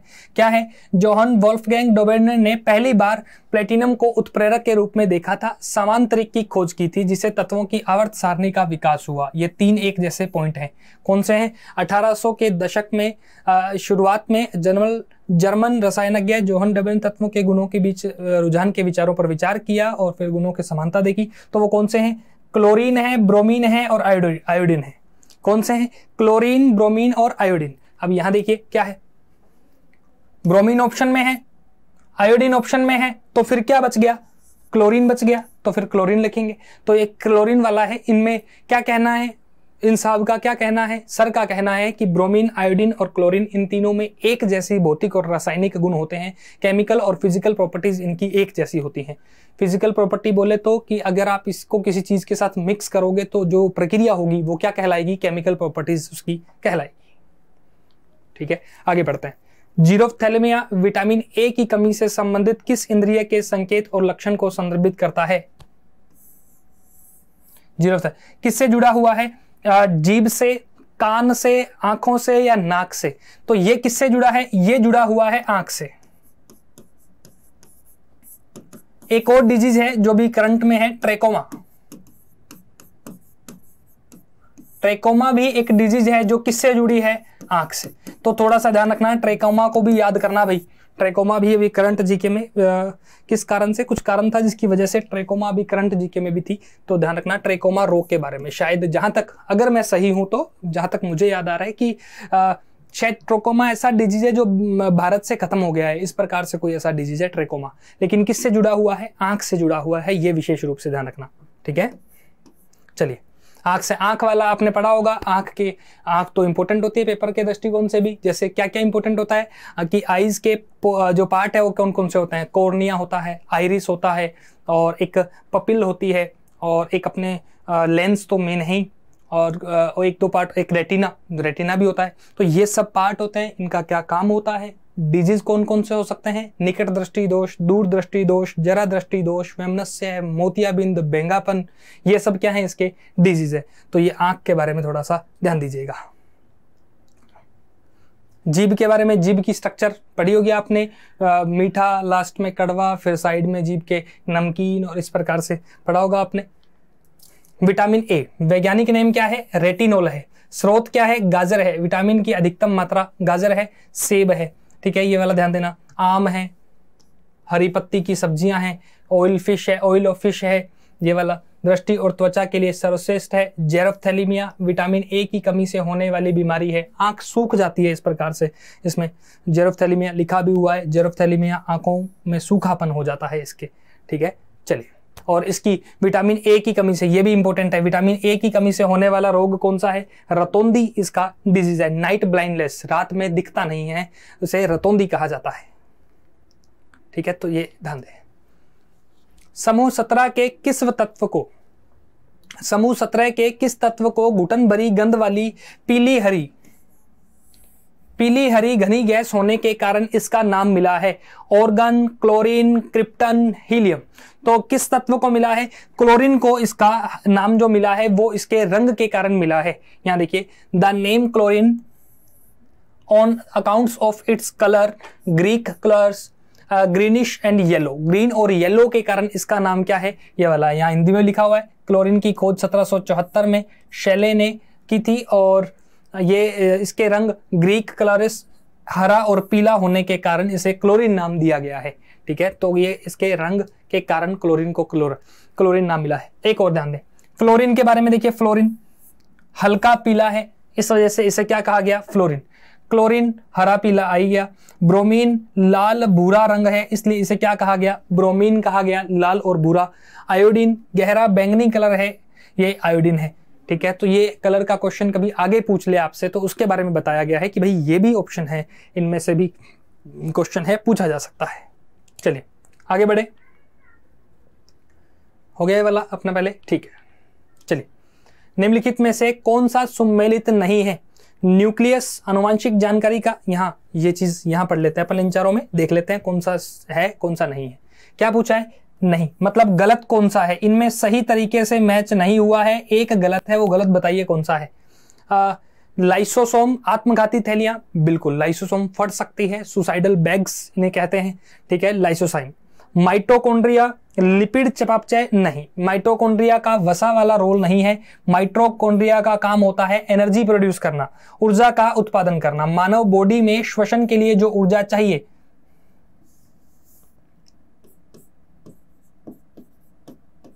नाम सुना होगा एटीपी। एटीपी जो है, एटीपी जरूरी होती है, ऊर्जा उत्पादन माइटोकॉन्ड्रिया में होता है। और एक होता है न्यूक्लियस, आनुवंशिक जानकारी का भंडारण जो है वो क्या है? न्यूक्लियस है। और राइबोसोम की बात करें, राइबोसोम प्रोटीन संश्लेषण में बिल्कुल सही है। ये कोशिका में पाया जाने वाला कोशिकांग है, ये भी एक कोशिकांग है, सब कोशिकांग है, लेकिन ध्यान रखें माइटोकॉन्ड्रिया का काम एटीपी से जुड़ा होता है। और अपने शरीर को श्वसन के लिए ऊर्जा जो चाहिए होती है वो क्या कहलाती है? एटीपी। अपन भोजन करते हैं, भोजन करने से अपने बॉडी को माइटोकॉन्ड्रिया क्या बनाता है? उसमें एटीपी बनाता है, और उसी की बदौलत अपन क्या ले पाते हैं? सांस ले पाते हैं। सोने में भी ऊर्जा खर्च होती है, इस बात का ध्यान रखिएगा। ऐसा नहीं है कि आप जब काम करोगे तभी ऊर्जा, सोने में भी ऐसा होता है। श्वसन में लगातार ऊर्जा का क्या होता है? ह्रास। चलिए, lysozyme, they were discovered by Deduve और also known as suicidal bags. और क्या कहते हैं? Atom bomb of the cell इन्हें कहा जाता है, एटम बॉम्ब कहा जाता है। फंक्शंस ऑफ राइबोसोम, राइबोसोम का it major function is to synthesis protein, protein का संश्लेषण करना इसका मुख्य काम है। क्या काम है? मुख्य काम है, ये वाला है। Factory of protein, also known as factory of protein, किसे कहा जाता है? राइबोसोम को कहा जाता है। मैं हाईलाइट कर रहा हूं मेन चीज, nucleus. The nucleus, there are generally one or more spherical nuclei inside the nucleus of the cell। ये वाला न्यूक्लियर वाला पॉइंट एक बार आप और देख लेना। एटीपी, माइटोकॉन्ड्रिया के मैट्रिक्स में एकल गोलाकार डीएनए, माइटोकॉन्ड्रिया के बारे में यहां रखा है जो मैंने ऊर्जा वाला बताया था। राइबोसोम और प्रोटीन संश्लेषण में सहायक होता है, विखंडन नामक प्रक्रिया है। एटीपी को कोशिका की ऊर्जा मुद्रा के रूप में, एटीपी को कोशिका की ऊर्जा मुद्रा के रूप में जाना जाता है, और कोशिका में एंजाइम स्राव नहीं करता है, तो एटीपी वाला जो रोल है वो करता है। आगे बढ़ते हैं। तत्व, यौगिक और समांगी मिश्रण के क्रम के अनुसार एक के बाद एक रखी गई सामग्रियों का सही क्रम चुनें। मरकरी, साल्ट और मिल्क। क्या है? पहला तत्व होना चाहिए, मतलब जो एक ही प्रकार के अणुओं से मिलकर बनता है वो क्या कहलाता है? तत्व कहलाता है। जो दो या दो से अधिक प्रकार के तत्वों से मिलकर बनता है और जिनका फॉर्मूला होता है वो क्या कहलाता है? यौगिक कहलाता है। और मिश्रण का मतलब होता है जिसका कोई अनुपात नहीं है, दो तीन तत्वों से मिलकर बना है लेकिन उसके अनुपात का निर्धारण नहीं है, जिनका कोई फॉर्मूला नहीं होता है, वो क्या कहलाता है? मिश्रण कहलाता है। अब यही बात पूछी गई है। मरकरी, साल्ट और मिल्क, मरकरी, आयरन और diluted acid, salt, iron and sea water, iron, methane और सी वाटर। तो इसका सही आंसर क्या है? डी। इसमें आयरन, मीथेन और साल्ट, सी वाटर जो है ये इसका सही आंसर है। ठीक है, तो आयरन क्या है? एक एलिमेंट है, एक तत्व है। मीथेन क्या है? एक यौगिक है, इसका फॉर्मूला होता है CH4 वाला। सी वाटर का कोई अनुपात नहीं है बल्कि ये क्या है? एक मिश्रण है। ठीक है, तो ये सी वाटर है। आगे बढ़ते हैं। सीसा और लोहा दोनों तत्व है, न कि यौगिक। मैंने क्या कहा? तत्व की पहचान कैसे होती है? जब कोई अणु एक ही प्रकार के अणुओं से, कोई चीज है, मान लो कोई ऐसा कार्बन है, सभी कार्बन से ही जुड़कर बना है, पूरी चीज कार्बन से ही बनी है, ना तो उसमें हाइड्रोजन है ना ही उसमें नाइट्रोजन है, सिर्फ कार्बन है, तो फिर वो तत्व बन जाएगा। वो क्या कहलाएगा? तत्व। यदि उसमें फिक्स एक रेशो में कार्बन के साथ हाइड्रोजन मिल गया तो फिर वो क्या बन जाएगा? मीथेन जैसा एक यौगिक बन जाएगा। ठीक है, तो ये वाली कहानी इसमें याद रखनी है। मिश्रण क्या होता है? यहाँ मिश्रण की डेफिनेशन भी लिखी हुई है। दो या दो से अधिक शुद्ध पदार्थों से बने होते हैं, द्रव्यमान के अनुपात में होते हैं, मिश्रण में परिवर्तनशील संरचना होती है। ठीक है, तो ये वाला है। दूध है, समुद्र पानी है, पेट्रोल है, चूना पानी है, पेंट है, कांच है, इस प्रकार से जो उदाहरण है ये क्या है? मिश्रण के उदाहरण है। What is the concept of ecological niche? आला नाम से कोई शब्द नहीं आएगा, नीश ही आएगा, तो ध्यान रखना नीश क्या होता है। नीशे कहते हैं कुछ लोग, कुछ नीश भी बोलते हैं। तो नीश का काम क्या होता है? Ecological niche refers to the genetic diversity with in a specific. पारिस्थितिकी आला एक प्रजाति के भीतर आनुवंशिक विविधता को संदर्भित करता है। पारिस्थितिकी आला एक पारिस्थितिकी तंत्र में एक प्रजाति की विशिष्ट भूमिका को संदर्भित करता है। पारिस्थितिकी आला पूरी तरह से एक जीव के निवास स्थान द्वारा निर्धारित होता है। पारिस्थितिकी आला एक प्रजाति द्वारा व्याप्त भौतिक स्थान को संदर्भित करता है। तो इसके बारे में ध्यान रखें कि नीश जो होता है वो एक जीव की स्पेशल रोल जो होता है अपने इस एनवायरनमेंट में, वो क्या कहलाता है? वो कहलाता है इकोलॉजिकल नीश। ध्यान दें, ठीक है। तो नीश के बारे में ये कहां से पूछा गया प्रश्न है? पर्यावरण के टॉपिक से पूछा गया प्रश्न है। नीश मतलब एक स्पेशल जीव पूरी फूड चेन में, पूरे एनवायरनमेंट में अपना एक खास रोल प्ले करता है, उसी को क्या कहा जाता है? नीश कहा जाता है। ठीक है। Each organism has an invariable defined range of conditions that is can tolerate diversity in resources. It utilizes and its distinct function role in ecology system. All these together comprise its niche. तो niche इसको ध्यान रख लें, बस basic सी बात है जो मैंने आपको बताई वो ध्यान रखें। कहीं भी मिल जाएगा, जहां भी पर्यावरण पढ़ेंगे वहीं वाले टॉपिक में niche मिल जाएगा आपको। पशु कोशिकाएं दो भ्रूण परत और एक अविभाजित परत में व्यवस्थित होती हैं, जिसे कहा जाता है एक्टोडर्म, प्रोटोडर्म, एंडोडर्म, मेसोग्लिया। तो क्या कहा जाता है? इसे कहा जाता है मेसोग्लिया। क्या कहा जाता है? मेसोग्लिया। अब ये जो लेयर है, इस लेयर में इस परत के दो पार्ट होते हैं, एक बाहरी और एक आंतरिक। अब आंतरिक वाले को तो कहते हैं एंडोडर्म और बाहरी वाले को कहते हैं एक्टोडर्म। तो इस लेयर के पार्ट तो हैं, लेकिन इस लेयर को क्या कहा जाता है? मेसोग्लिया कहा जाता है। ये जो लेयर होती है कोशिकाओं की, पशु कोशिकाओं की जो लेयर होती है वो क्या कहलाती है? ये कहलाती है विकारिक है। देखिए ये इंसान एसएससी में क्या मतलब कहां से क्वेश्चन पूछा जा रहा है, देखिए ठीक है। ये अपने जो पीसीएस के एग्जाम होते हैं स्टेट लेवल के या यूपीएससी के जो एग्जाम होते हैं उनका भी ऐसा पार्ट नहीं है जिनमें ये चीज पूछी जाए। पता नहीं एसएससी कैसे पूछ रहा है, इन प्रश्न को पूछा जाना चाहिए तो ज्यादा मानव शरीर के बारे में। इस एसएससी में मुझे अच्छी चीज ये लगी कि इन्होंने बेसिक नॉलेज चेक करने के लिए जो बुझा हुआ चूना, विरंजक चूर्ण वाला क्वेश्चन आया था वो अच्छा क्वेश्चन है, वो पूछना चाहिए। वो एक सामान्य जानकारी दिखाता है कि बच्चे को सामान्य जानकारी होनी चाहिए अपने आसपास की चीजों की, ठीक है। लेकिन थोड़ा टिपिकल क्वेश्चन से बचना चाहिए ताकि आगे बच्चों के काम भी आए। अब ऐसी चीजें में बच्चा ना तो कर पाता है, लेकिन फिर भी इन क्वेश्चन को करने के लिए आपको ज्यादा तड़फना नहीं है, ज्यादा कुछ भी नहीं करना। कभी इनके चक्कर में आगे आप पूरा चैप्टर पढ़ने बैठ जाओ, नहीं पढ़ना चैप्टर, कोई बात नहीं। ऐसे क्वेश्चन आते हैं, स्मार्ट स्टडी करनी है तो अपने को फिल्टर लगाना ही पड़ेगा कि किन किन टॉपिक्स को हम, एक क्वेश्चन आ गया उसके चक्कर में हम 10 पेज पढ़ें, 20 पेज पढ़ें विशेष टॉपिक के जो कहीं और आने की संभावना नहीं होती, ठीक है। तो उन टॉपिक से बचना चाहिए एक बार। जब तक आपकी जो सारे मेजर टॉपिक हैं वो कंप्लीट ना हो जाएं तब तक ऐसे टॉपिक पर हाथ नहीं डालना चाहिए बच्चे को। उसके बाद अगर वो हो जाएं तो फिर समय के साथ बच्चे को ऐसे टॉपिक भी करने चाहिए। ये एक स्ट्रेटजी रहती है काम करने के लिए भी। चलिए ठीक है, आगे बढ़े। यहाँ आपने और बात करें, एक्टोडर्म के बारे में दे रखा है, एंडोडर्म के बारे में समझा रखा है यहाँ पे, तो ये थोड़ा सा ध्यान देंगे। आगे बढ़ते हैं।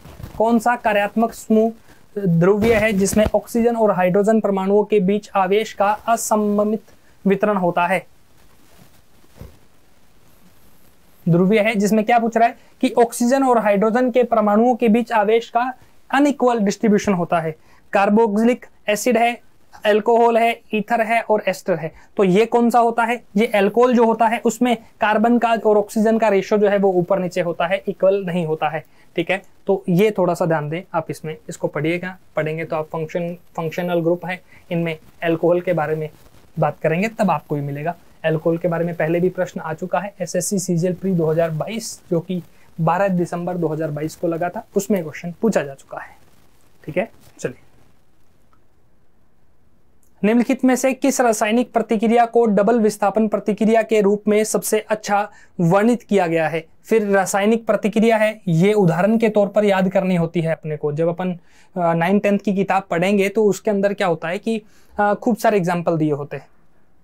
उन एग्जाम्पल्स में से यहाँ क्वेश्चन डाला गया है कि आपने वो किताब पढ़ी होगी। तो 9th और 10th की जो किताब है उसको पढ़िएगा एक बार अच्छे से। साइंस के मामले में आई होप कि क्वेश्चन है वहीं से बनते हैं सारे, मुझे लग भी रहा है, मैंने पढ़ा है उसके बारे में, तो ध्यान दें। ठीक है, तो ये आप ध्यान दें, इनमें रासायनिक प्रतिक्रिया का इसमें कौन सा है, इसमें सही माना गया है वो कौन सा माना गया है, Na2SO4 वाला एक्वा, बिल्कुल हाँ, ये जो ऑप्शन है डी ऑप्शन है वो बिल्कुल सही माना गया है, रासायनिक प्रतिक्रिया का है। ये प्रतिक्रिया है, आपको याद करनी पड़ेंगी। उदाहरण के तौर पर द्विविस्थापन अभिक्रिया, क्या कहते हैं इसको, द्विविस्थापन अभिक्रिया या मेटाथीसिस अभिक्रिया इसे कहा जाता है। वे अभिक्रियाएं जिनमें अभिकारकों के बीच आयनों का आदान प्रदान होता है उन्हें द्विविस्थापन अभिक्रियाएं कहते हैं। ठीक है, तो ये डेफिनेशन भी पूछी जा सकती है, डेफिनेशन के बारे में भी ध्यान रखिएगा कि क्या डेफिनेशन होती है, द्विविस्थापन प्रक्रिया किसे कहा जाता है। ठीक है, तो ये Na2SO4 aqua BS bromine chlorine, ये वाला क्वेश्चन आगे, तो ये वाला आप ध्यान दीजिएगा। सोडियम है, बेरियम है, फिर आगे जो चेंज आया है वो बेरियम और सोडियम में चेंज आया है, इस प्रकार से बना ये है, तो ये वाला आपको ध्यान देना है। हेनरी मोसले ने किस वर्ष तत्वों की तरंगदैर्ध्य को मापने के लिए एक्सरे का उपयोग किया, किसका उपयोग किया, एक्सरे का। हेनरी मोसले ने किस वर्ष तत्वों की तरंगदैर्ध्य को मापने के लिए एक्सरे का उपयोग किया और इन मापों को उनकी परमाणु संख्या के साथ सहसंबंधित किया, 1913 में, 1902 में, 1925 में या 1931 में। तो किस वर्ष किया था, 1913 में हेनरी मोसले ने तरंगदैर्ध्य को मापने के लिए एक्सरे का यूज किया था। पढ़ते हैं एक बार, 1913।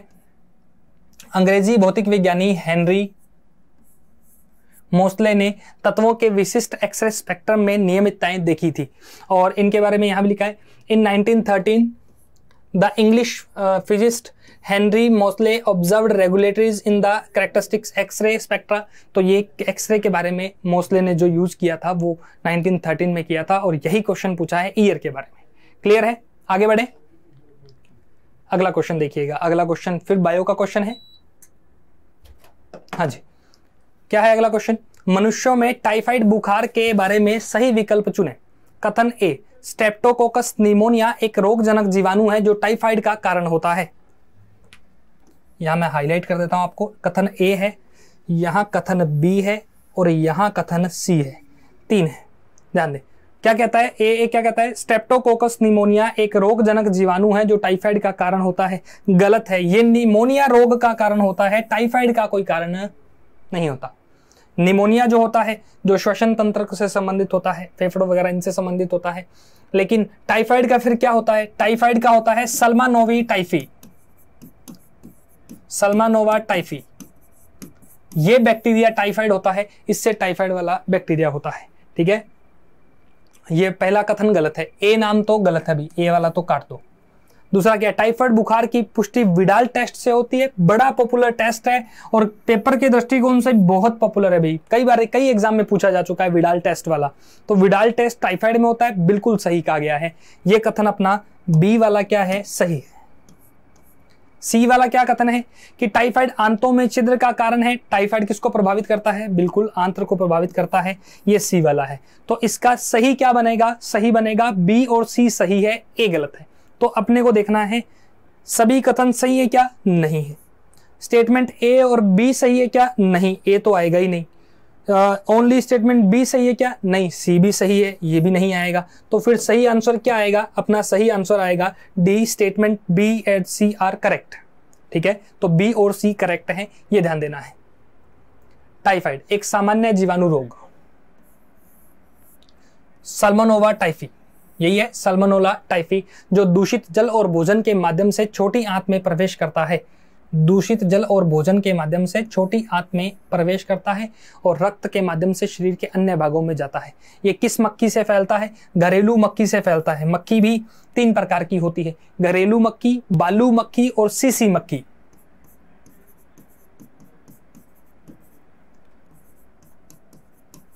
बालू और घरेलू, तो ये कौन सी मक्खी से होता है, घरेलू मक्खी से।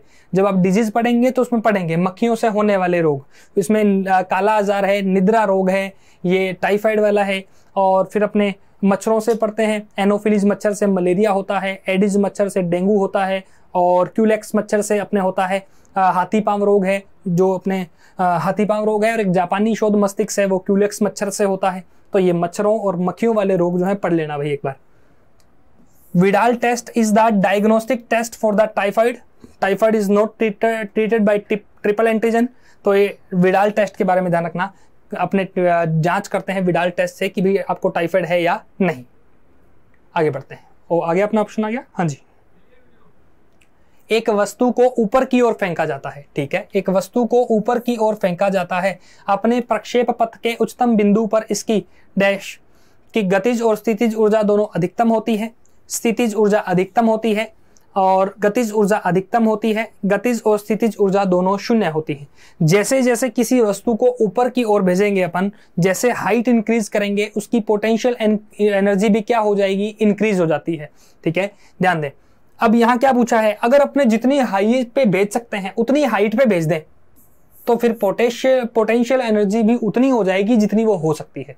मतलब कि पोटेंशियल एनर्जी क्या होगी, मैक्सिमम हो जाएगी, पोटेंशियल एनर्जी बढ़ जाएगी। पढ़ लेते हैं एक बार इसके बारे में। क्या देखिए यहाँ लिखा है, potential energy is increased with increase in height. जब हाइट में इंक्रीज होता है तो फिर पोटेंशियल एनर्जी भी क्या होती है, इंक्रीज होती है। ठीक है, when one stone is thrown upwards kinetic energy would change to gravitational potential energy. क्योंकि ऊपर जाने पर फिर वो उतनी स्पीड से क्या आएगी, नीचे भी आएगी, इसलिए क्या होता है, पोटेंशियल एनर्जी मैक्सिमम हो जाती है। ठीक है, तो ये ध्यान दे भाई। ठीक है, पोटेंशियल एनर्जी। आगे बढ़ते हैं, 54 नंबर क्वेश्चन की बात करते हैं। साइट्रिक एसिड मैच करना है। साइट्रिक एसिड, क्विकलाइम और कॉमन साल्ट NaCl जिसे अपन कहते हैं, और ब्लीचिंग पाउडर।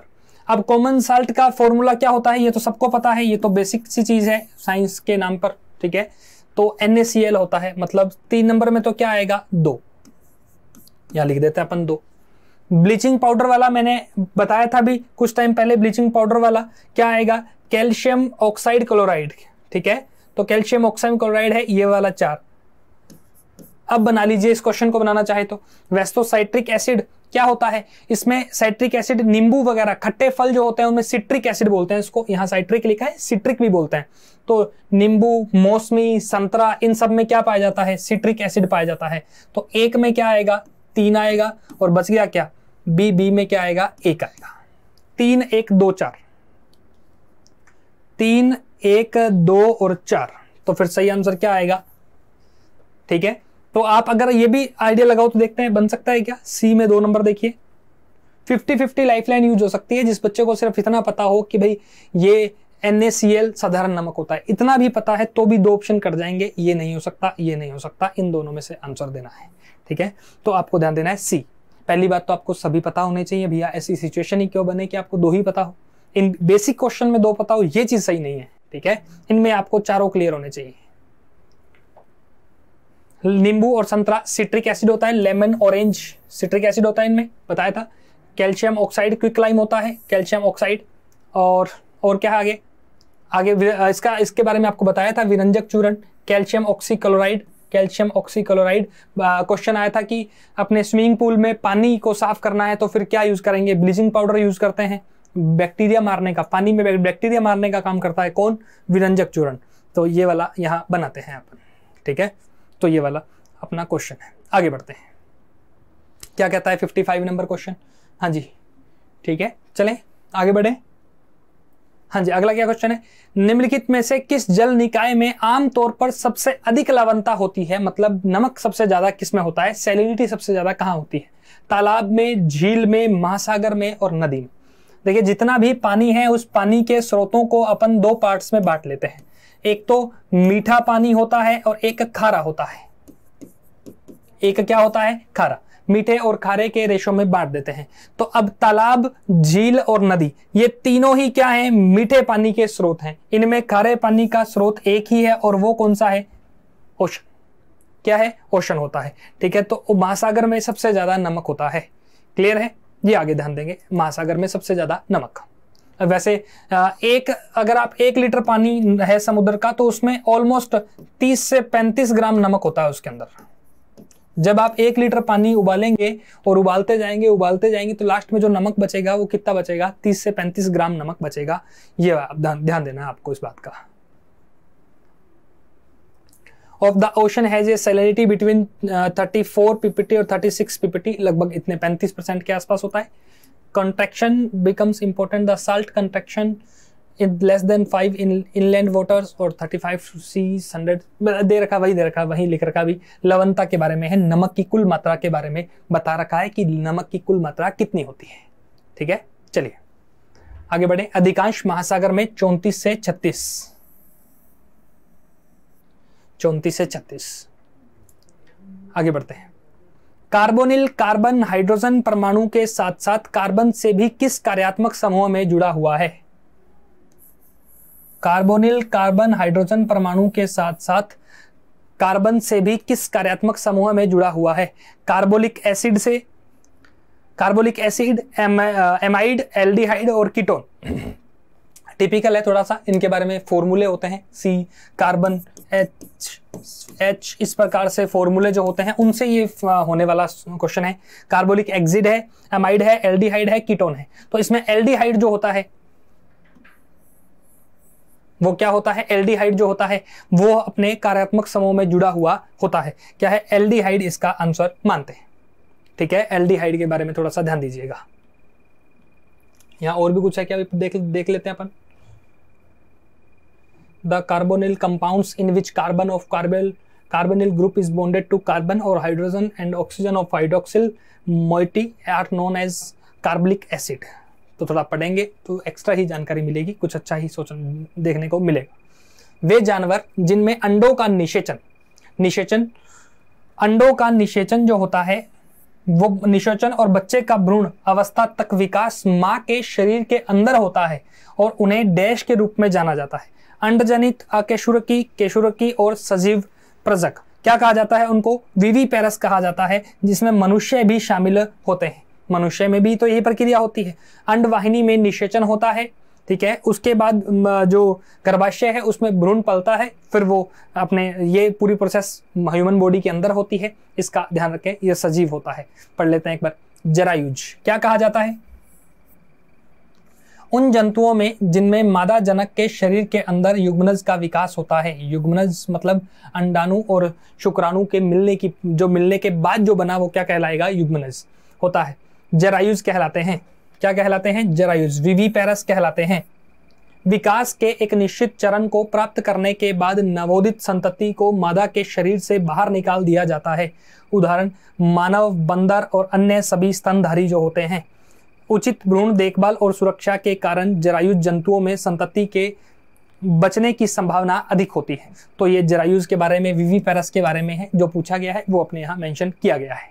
ठीक है, निश्चित चरण को विकास के प्राप्त करने के बाद ये है। उदाहरण में देख लेना भी उनका उदाहरण, मानव है, बंदर है और अन्य सभी स्तनधारी अंडे देने के अलावा। ऐसे स्तनधारी जो अंडे देने के अलावा अंडे नहीं देते, वो वाले जो होते हैं वो जरायुज की कैटेगरी में आते हैं। कॉफी और चाय में कौन सा यौगिक व्यापक रूप से पाया जाता है जिसमें एंटीऑक्सीडेंट और एंटी इंफ्लेमेटरी गतिविधि होती है?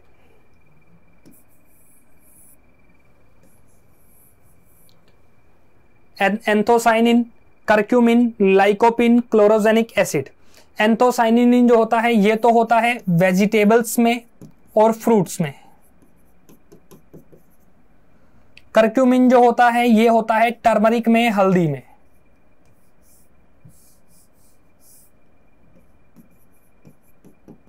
हल्दी में। लाइकोपिन जो होता है ये टोमेटो में होता है, टमाटर में होता है। और क्लोरोजेनिक एसिड जो होता है ये चाय कॉफी में, टी एंड कॉफी में होता है। और यहां किसका पूछा है? चाय और कॉफी का ही पूछा गया है, तो मतलब डी इसका राइट आंसर है। चाय और कॉफी है ऊपर। चलिए, कॉफी को हिंदी में क्या कहा जाता है? कहवा। और कॉफी उत्पादन में सबसे आगे कौन है? ब्राजील। कॉफी उत्पादन में सबसे आगे कौन है? ब्राजील। भारत में कॉफी उत्पादन में सबसे आगे कौन है? कर्नाटका। ये एक फैक्ट है, ध्यान रख लेना भाई। 2 नंबर पे कौन है? केरला। और 3 नंबर पे कौन है? तमिलनाडु। ये भारत के 3 सर्वाधिक कॉफी उत्पादक राज्य हैं। और कर्नाटका में भी फेमस है क्या? बाबा बुदन हिल्स। क्या फेमस है? बाबा बुदन हिल्स फेमस है। ठीक है, तो बाबा बुदन हिल्स है, ये भी याद रखें। ये मैंने जो जानकारी पेपर में पूछी जा सकती है, जीके के संबंध में है, वो भी आपको यहां बता दी है। ठीक है, चलिए आगे बढ़ते हैं। हो गया। ऑप्शन क्या है? डी अपना ऑप्शन है। उबलना और वाष्पीकरण क्रमशः डैश और डैश घटनाएं हैं। क्या है भी? बल्क और बल्क है, बल्क सरफेस है, सरफेस बल्क है, सरफेस सरफेस है। मतलब बल्क का मतलब पूरे पानी में ही बदलाव आएगा, पूरे पानी में ही उबाल आएगा, वो प्रक्रिया क्या है? बल्क है। और सरफेस मतलब सिर्फ ऊपर ऊपर की सतह प्रभावित होगी, ये वाला है। अब बताओ, उबालेंगे पानी तो क्या पानी सिर्फ ऊपर ऊपर से उड़ेगा कि नीचे वाला पानी ऊपर आएगा? तो उबालने में बल्क प्रोसेस होती है। और जबकि वाष्पीकरण की बात करें तो वाष्पीकरण में क्या होता है? सरफेस वाला होता है। ठीक है, तो अब देखते हैं बल्क और सरफेस कहां है। बल्क बल्क है? नहीं है। तो फिर राइट आंसर क्या है? बल्क और सरफेस है। सरफेस और बल्क है क्या? नहीं। क्रमशः है ना, तो क्रमशः की वजह से अपने पहले बल्क लिखेंगे फिर सरफेस लिखेंगे। ठीक है, तो बी इसका राइट आंसर है। आगे बढ़ते हैं। वाष्पीकरण, पता ही है वाष्पीकरण। वाष्पीकरण की नॉर्मल परिभाषा तो ये होती है, एक कमरे के ताप पर द्रव का गैस की अवस्था में बदलना क्या कहलाता है? वाष्पीकरण कहलाता है। ये नॉर्मल डेफिनेशन होती है वाष्पीकरण होने की। ठीक है, वाष्पीकरण के कई सारे फैक्टर होते हैं। टेम्परेचर कितना है अपने एनवायरनमेंट में, ह्यूमिडिटी कितनी है, अगर ह्यूमिडिटी ज्यादा है तो पानी कम उड़ेगा, और अगर टेम्परेचर ज्यादा है तो पानी ज्यादा उड़ेगा। पानी की सरफेस कितनी बड़ी है, उसका सतह क्या होता है, ये भी प्रभावित करता है वाष्पीकरण को लेकर। तो वाष्पीकरण ध्यान देंगे। ठीक है, वाष्पीकरण उबलने के माध्यम से हो सकता है। यह सतह के पास किस कण को पर्याप्त ऊर्जा स्थानांतरित की जाती है, ये इस प्रकार का आपको ध्यान देना है। यूरिया में निम्नलिखित में से कौन से तत्व मौजूद है? ओनली कार्बन, हाइड्रोजन और नाइट्रोजन है, ओनली कार्बन और नाइट्रोजन है, ओनली हाइड्रोजन और नाइट्रोजन है, कार्बन, हाइड्रोजन, ऑक्सीजन और नाइट्रोजन है। ध्यान रखें, यूरिया में जो तत्व होते हैं वो होते हैं कौन? CHON। कार्बन, हाइड्रोजन, ऑक्सीजन और नाइट्रोजन चारों ही होते हैं। अब यहाँ C है, यहाँ H है, यहाँ O है और यहाँ N है, इसी क्रम में दिए हुए हैं। और ये क्या कहलाता है? ये यूरिया है। यूरिया का मुख्य एलिमेंट जो होता है वो क्या होता है? नाइट्रोजन। यूरिया किस पर बेस्ड है? नाइट्रोजन बेस्ड होता है। जो पौधों को हरापन लाने के लिए, पौधों की ग्रोथ के लिए क्या होता है? अच्छा होता है, यूजफुल होता है, तो वो नाइट्रोजन है। तो यूरिया नाइट्रोजन होता है, नाइट्रोजन का मेन है। इसे कहते हैं, टॉपिक होता है फर्टिलाइजर्स, टाइप्स ऑफ फर्टिलाइजर पढ़ते हैं, तो उसमें जो नाइट्रोजन फर्टिलाइजर्स है उनमें किसका नाम आता है? यूरिया का नाम आता है। ठीक है, तो यूरिया, हालांकि एक सरकार की एक योजना है, मैं बता देता हूं, जीके में भी पढ़ते हैं यूरिया को, PM प्रणाम। PM प्रणाम एक योजना है जो उर्वरक मंत्रालय ने चलाई है, फर्टिलाइजर मिनिस्ट्री इसको चलाता है, और जो यूरिया पे जो सब्सिडी दी जाती है उस सब्सिडी को कम करने के लिए योजना चलाई है PM प्रणाम। ठीक है, ये थोड़ा सा याद रख लीजिएगा। नाइट्रोजन फर्टिलाइजर है, मेनली इसका क्या होता है? नाइट्रोजन, लेकिन होते चारों हैं, उसके अंदर थोड़ी मात्रा में कार्बन भी है, हाइड्रोजन भी है, ऑक्सीजन भी है और नाइट्रोजन भी है। फेडरिक वॉलर ने प्रयोगशाला में, ये पहले वाला साइनेट वाला है, और इसके अंदर जो एलिमेंट होते हैं वो CONH ये सब होते हैं इसके अंदर। ठीक है, चलिए। पृथ्वी के वायुमंडल की कौन सी परत हानिकारक स्थलीय सौर विकिरणों को रोककर पृथ्वी पर जीवन की रक्षा के लिए जिम्मेदार है? Mesosphere, troposphere, thermosphere, stratosphere. अब यूवी को आने वाली स्थलीय सौर विकिरणों को रोककर, सौर विकिरण में क्या होता है? अल्ट्रा वायलेट होती है, पैराबैंगनी किरणें होती हैं। कैसी किरणें होती हैं? पैराबैंगनी किरणें होती हैं। और इन पैराबैंगनी किरणों को एब्जॉर्व कौन करेगा? इन पैराबैंगनी किरणों को एब्जॉर्व करता है ozone layer, O3। Ozone gas की जो लेयर है, जो वातावरण में 30 से 50 किलोमीटर की हाइट पर पाई जाती है। मतलब अपने सिर से अगर अपन 30 किलोमीटर ऊपर जाएंगे तो ओजोन ही ओजोन गैस मिलेगी। जो सूर्य से आने वाली यूवी जब उस ओजोन गैस में जाती है तो ओजोन गैस इनको क्या कर लेती है? ऑब्जर्व कर लेती है, सोख लेती है इनको, और पृथ्वी पर आने से रोकती है। अगर यूवी ज्यादा पृथ्वी पर आएगी तो अपनी स्किन को दिक्कत करेगी, अपनी आईज को दिक्कत करेगी, ये वाली प्रॉब्लम्स अपने को हो सकती हैं। स्किन और आईज रिलेटेड इशू बढ़ जाएंगे अपने को। ठीक है, तो और ये ओजोन लेयर जो है, ये ओजोन लेयर जो है, ये लेयर कहां मिलेगी? स्ट्रेटोस्फेयर में। ये लेयर कहां मिलेगी? अपने स्ट्रेटोस्फेयर में ये मिलेगी। ये ध्यान दें, स्ट्रेटोस्फेयर को कहते हैं समतापमंडल। एनवायरनमेंट का स्ट्रक्चर आपने पढ़ा होगा, मैं यहां एक बार बता देता हूं आपको, थोड़ा सा ध्यान दें। सबसे नीचे होती है ट्रोपोस्फेयर लेयर, मतलब क्षोभ मंडल जो 0 से 12 किलोमीटर तक होती है, मतलब अपने 12 किलोमीटर तक होती है, ट्रोपोस्फेयर क्षोभ मंडल कहते हैं। यहीं तूफान आते हैं, बारिश आते हैं, सब कुछ यहीं आता है।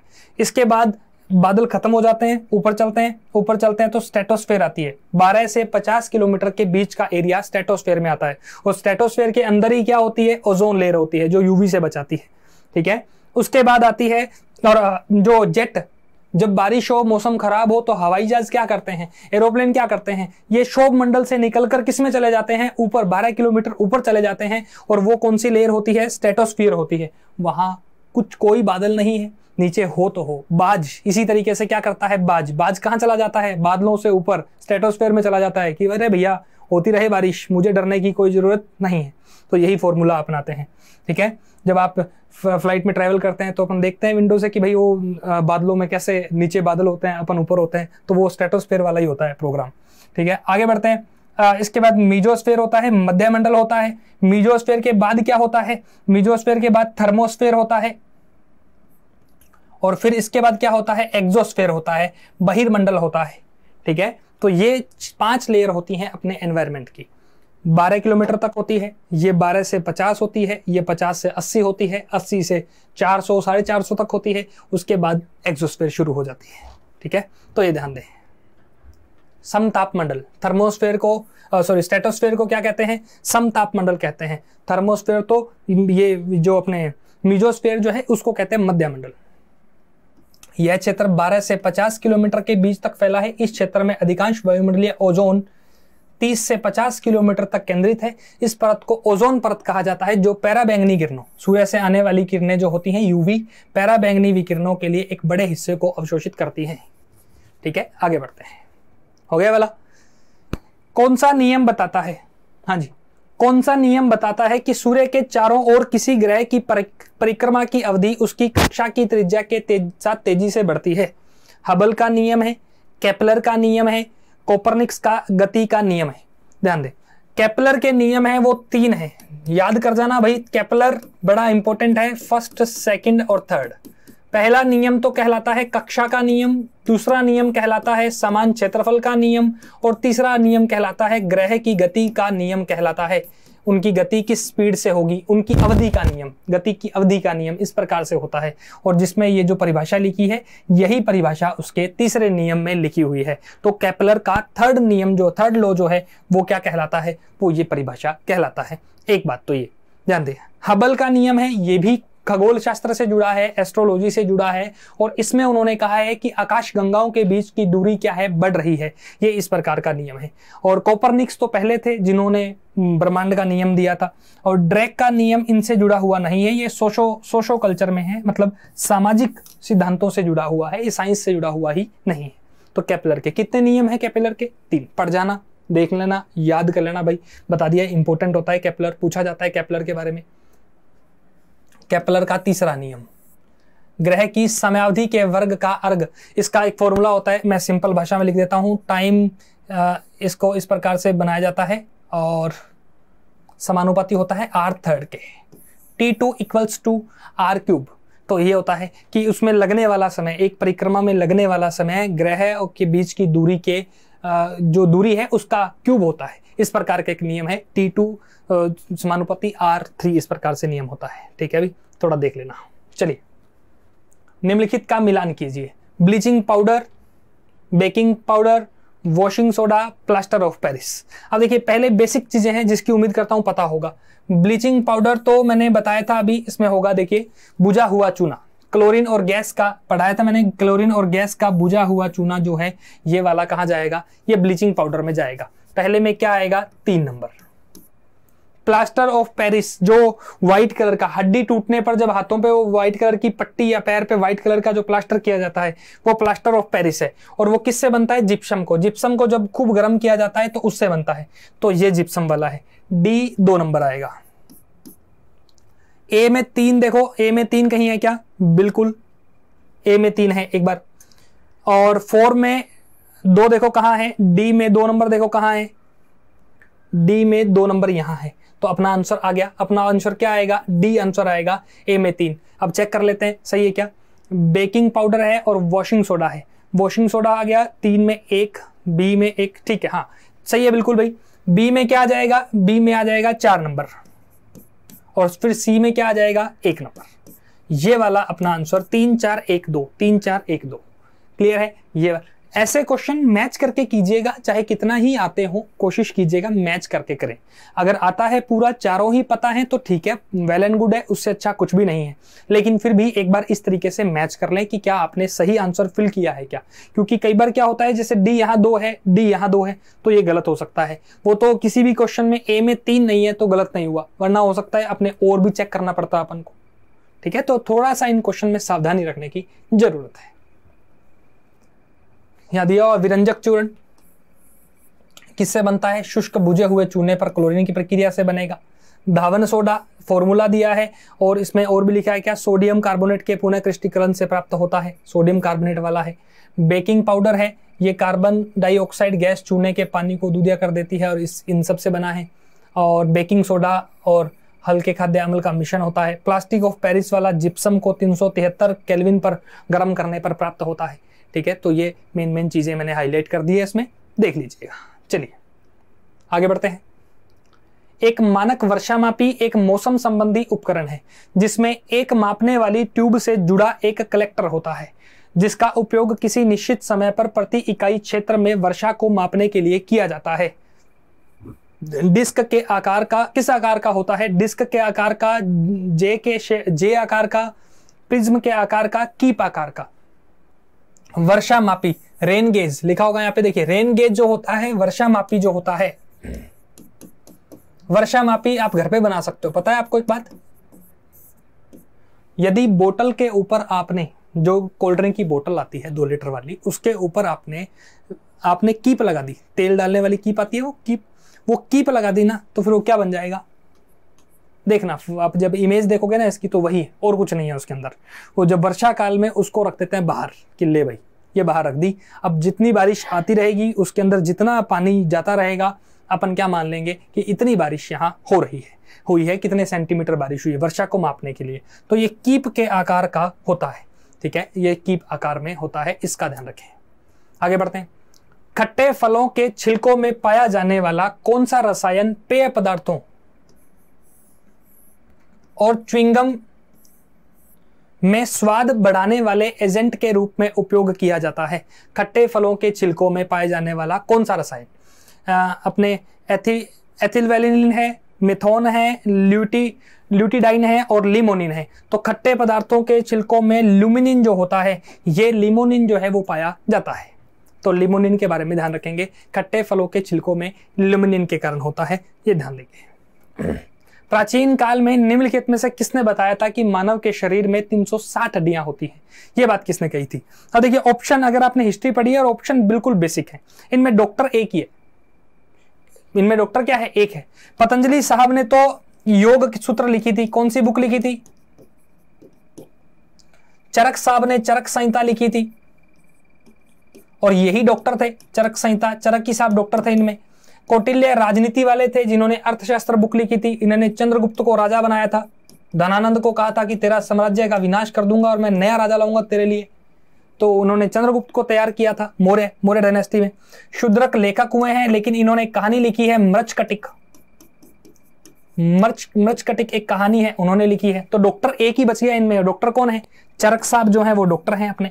तो डॉक्टर साहब भी तो बताएंगे हड्डियां कितनी होती हैं। ठीक है, तो डॉक्टर साहब ने कहा था कितनी हड्डियां होती हैं मानव शरीर में? 360 हड्डियां होती हैं। प्राचीन काल में चरक और सुश्रुत, 2 नाम याद रखिएगा, बड़े इंपॉर्टेंट हैं, चरक और सुश्रुत। आगे बढ़ते हैं। महासागरीय लवणता की प्रक्रिया क्या है? महासागर अम्लीकरण की प्रक्रिया क्या है? महासागर क्षारीयता में वृद्धि, कार्बन डाइऑक्साइड अवशोषण के कारण पीएच में कमी, महासागर अम्लता के उदासीकरण और समुद्र के स्तर में वृद्धि। अम्लीकरण का तो समझते होंगे आप, एक चार्ट होता है, हालांकि इसमें डायग्राम तो इस प्रकार से बनता है कि ये पीएच का डायग्राम होता है, बीच में यहां 7 होता है। अब यहां 0 है और यहां 7 है और यहां 14 है, कि जैसे जैसे ये आप इधर जाते जाओगे अम्ल बढ़ता जाएगा। ये वाला पोर्शन किसका है? अम्ल का है। और ये वाला जो है ये किसका है? क्षार का है। 2 होते हैं, एसिड हो जाएगी प्रकृति, खूब खतरनाक वाली हो जाएगी। क्षार मतलब नमक वाली मात्रा क्या हो जाएगी, ज्यादा हो जाएगी, खारापन बढ़ जाएगा, ये वाला क्षार होता है। इसे एसिड कहते हैं, इसे बेस कहते हैं। तो ये वाला डायग्राम बनता है, पीएच स्केल से जुड़ा है। किससे जुड़ा है? Power of hydrogen. ठीक है, हाइड्रोजन के बारे में बताता है कि किसी जलीय विलयन में किस मात्रा में हाइड्रोजन है, उसके बारे में बताने वाला एक स्केल है पीएच स्केल, जो 1909 में सोर्सन ने बनाया था। ठीक है, पीएच स्केल के बारे में। तो ये उसी पीएच की बात कर रहा है। तो इसका पीएच क्या कम हो जाएगा? जब पीएच कम हो जाएगा तब क्या हो जाएगी चीजें? अम्ल। मान के चलते हैं कि एक चीज है जो 7 पीएच की है, जैसे लार होती है। लार का पीएच कितना होता है? 6.8 पीएच होता है। जबकि पेट में जो रसायन होता है HCl, उसका पीएच कितना होता है? HCl का 1.8 होता है। तो बताओ 6.8 वाला ज्यादा एसिड होगा या 1.8 वाला ज्यादा एसिड होगा? 1.8 वाला ज्यादा एसिडिक होगा।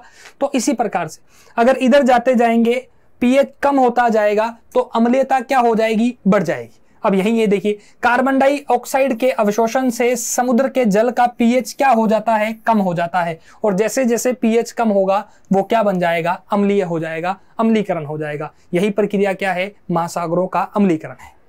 क्लियर है? तो ये पीएच के बारे में था। पीएच के बारे में थोड़ा याद रखना, ये भी 10वीं की किताब में दिया हुआ है। उसमें 5 उपयोग भी दिए हुए हैं कि पेट की अम्लता को दूर करना है। मिट्टी के बारे में दिया हुआ है। इस प्रकार से दंतक्षय, दांतों का क्षय हो जाता है जब अपने मुंह में पीएच 5.5 से कम चला जाए, तो फिर वो बैक्टीरिया जो है वो अपने दांतों को खराब करने लग जाते हैं। ठीक है, इस प्रकार से 10th की किताब में लिखे हुए 5 पॉइंट को पढ़ लेना इंपॉर्टेंट है। पीएच वाला चैप्टर इंपॉर्टेंट है, बेसिक अपने जीवन से जुड़ा हुआ है, इसलिए इंपॉर्टेंट है। क्लियर है? तो ये था अपना जो जीडी में साइंस के जो क्वेश्चन आए हैं। कुछ क्वेश्चन इसमें कोई संदेह नहीं है, निस्संदेह या कहें कि विदाउट एनी डाउट। कुछ क्वेश्चन बड़े टफ हैं, लेकिन कुछ क्वेश्चन है जो बिल्कुल बेसिक हैं। आपको बेसिक वाले क्वेश्चन छोड़ने नहीं है, क्योंकि अगर बेसिक वाला क्वेश्चन आपसे नहीं हुआ तो फिर निश्चित तौर पर आप कट ऑफ से नीचे रहेंगे, कट ऑफ क्रॉस नहीं कर पाएंगे। अगर आपने बेसिक वाले सारे किए हैं और हार्ड क्वेश्चन है उनको समझ से किया है, तो उम्मीद रहती है कि कहीं ना कहीं आप एक नंबर बाकी सभी से क्या लेकर आएंगे? ऊपर लेकर आएंगे। तो थोड़ा सा प्रेजेंस ऑफ माइंड है। जो साइंस की जो किताबें हैं, नॉर्मल सी बात है, ये अपनी जो गॉडफादर बुक जो है इसमें उस बुक को शामिल कर लिया गया है, उसके सारी चीज़ें डाल दी गई है इसके अंदर, तो आप ये भी पढ़ सकते हो। ठीक है, चलिए, तो ये था अपना जीडी वाला जो पेपर था, उसके क्वेश्चन थे। बाकी मिलते हैं अपन अगली वीडियो में। आज के लिए इतना ही। Thank you so much.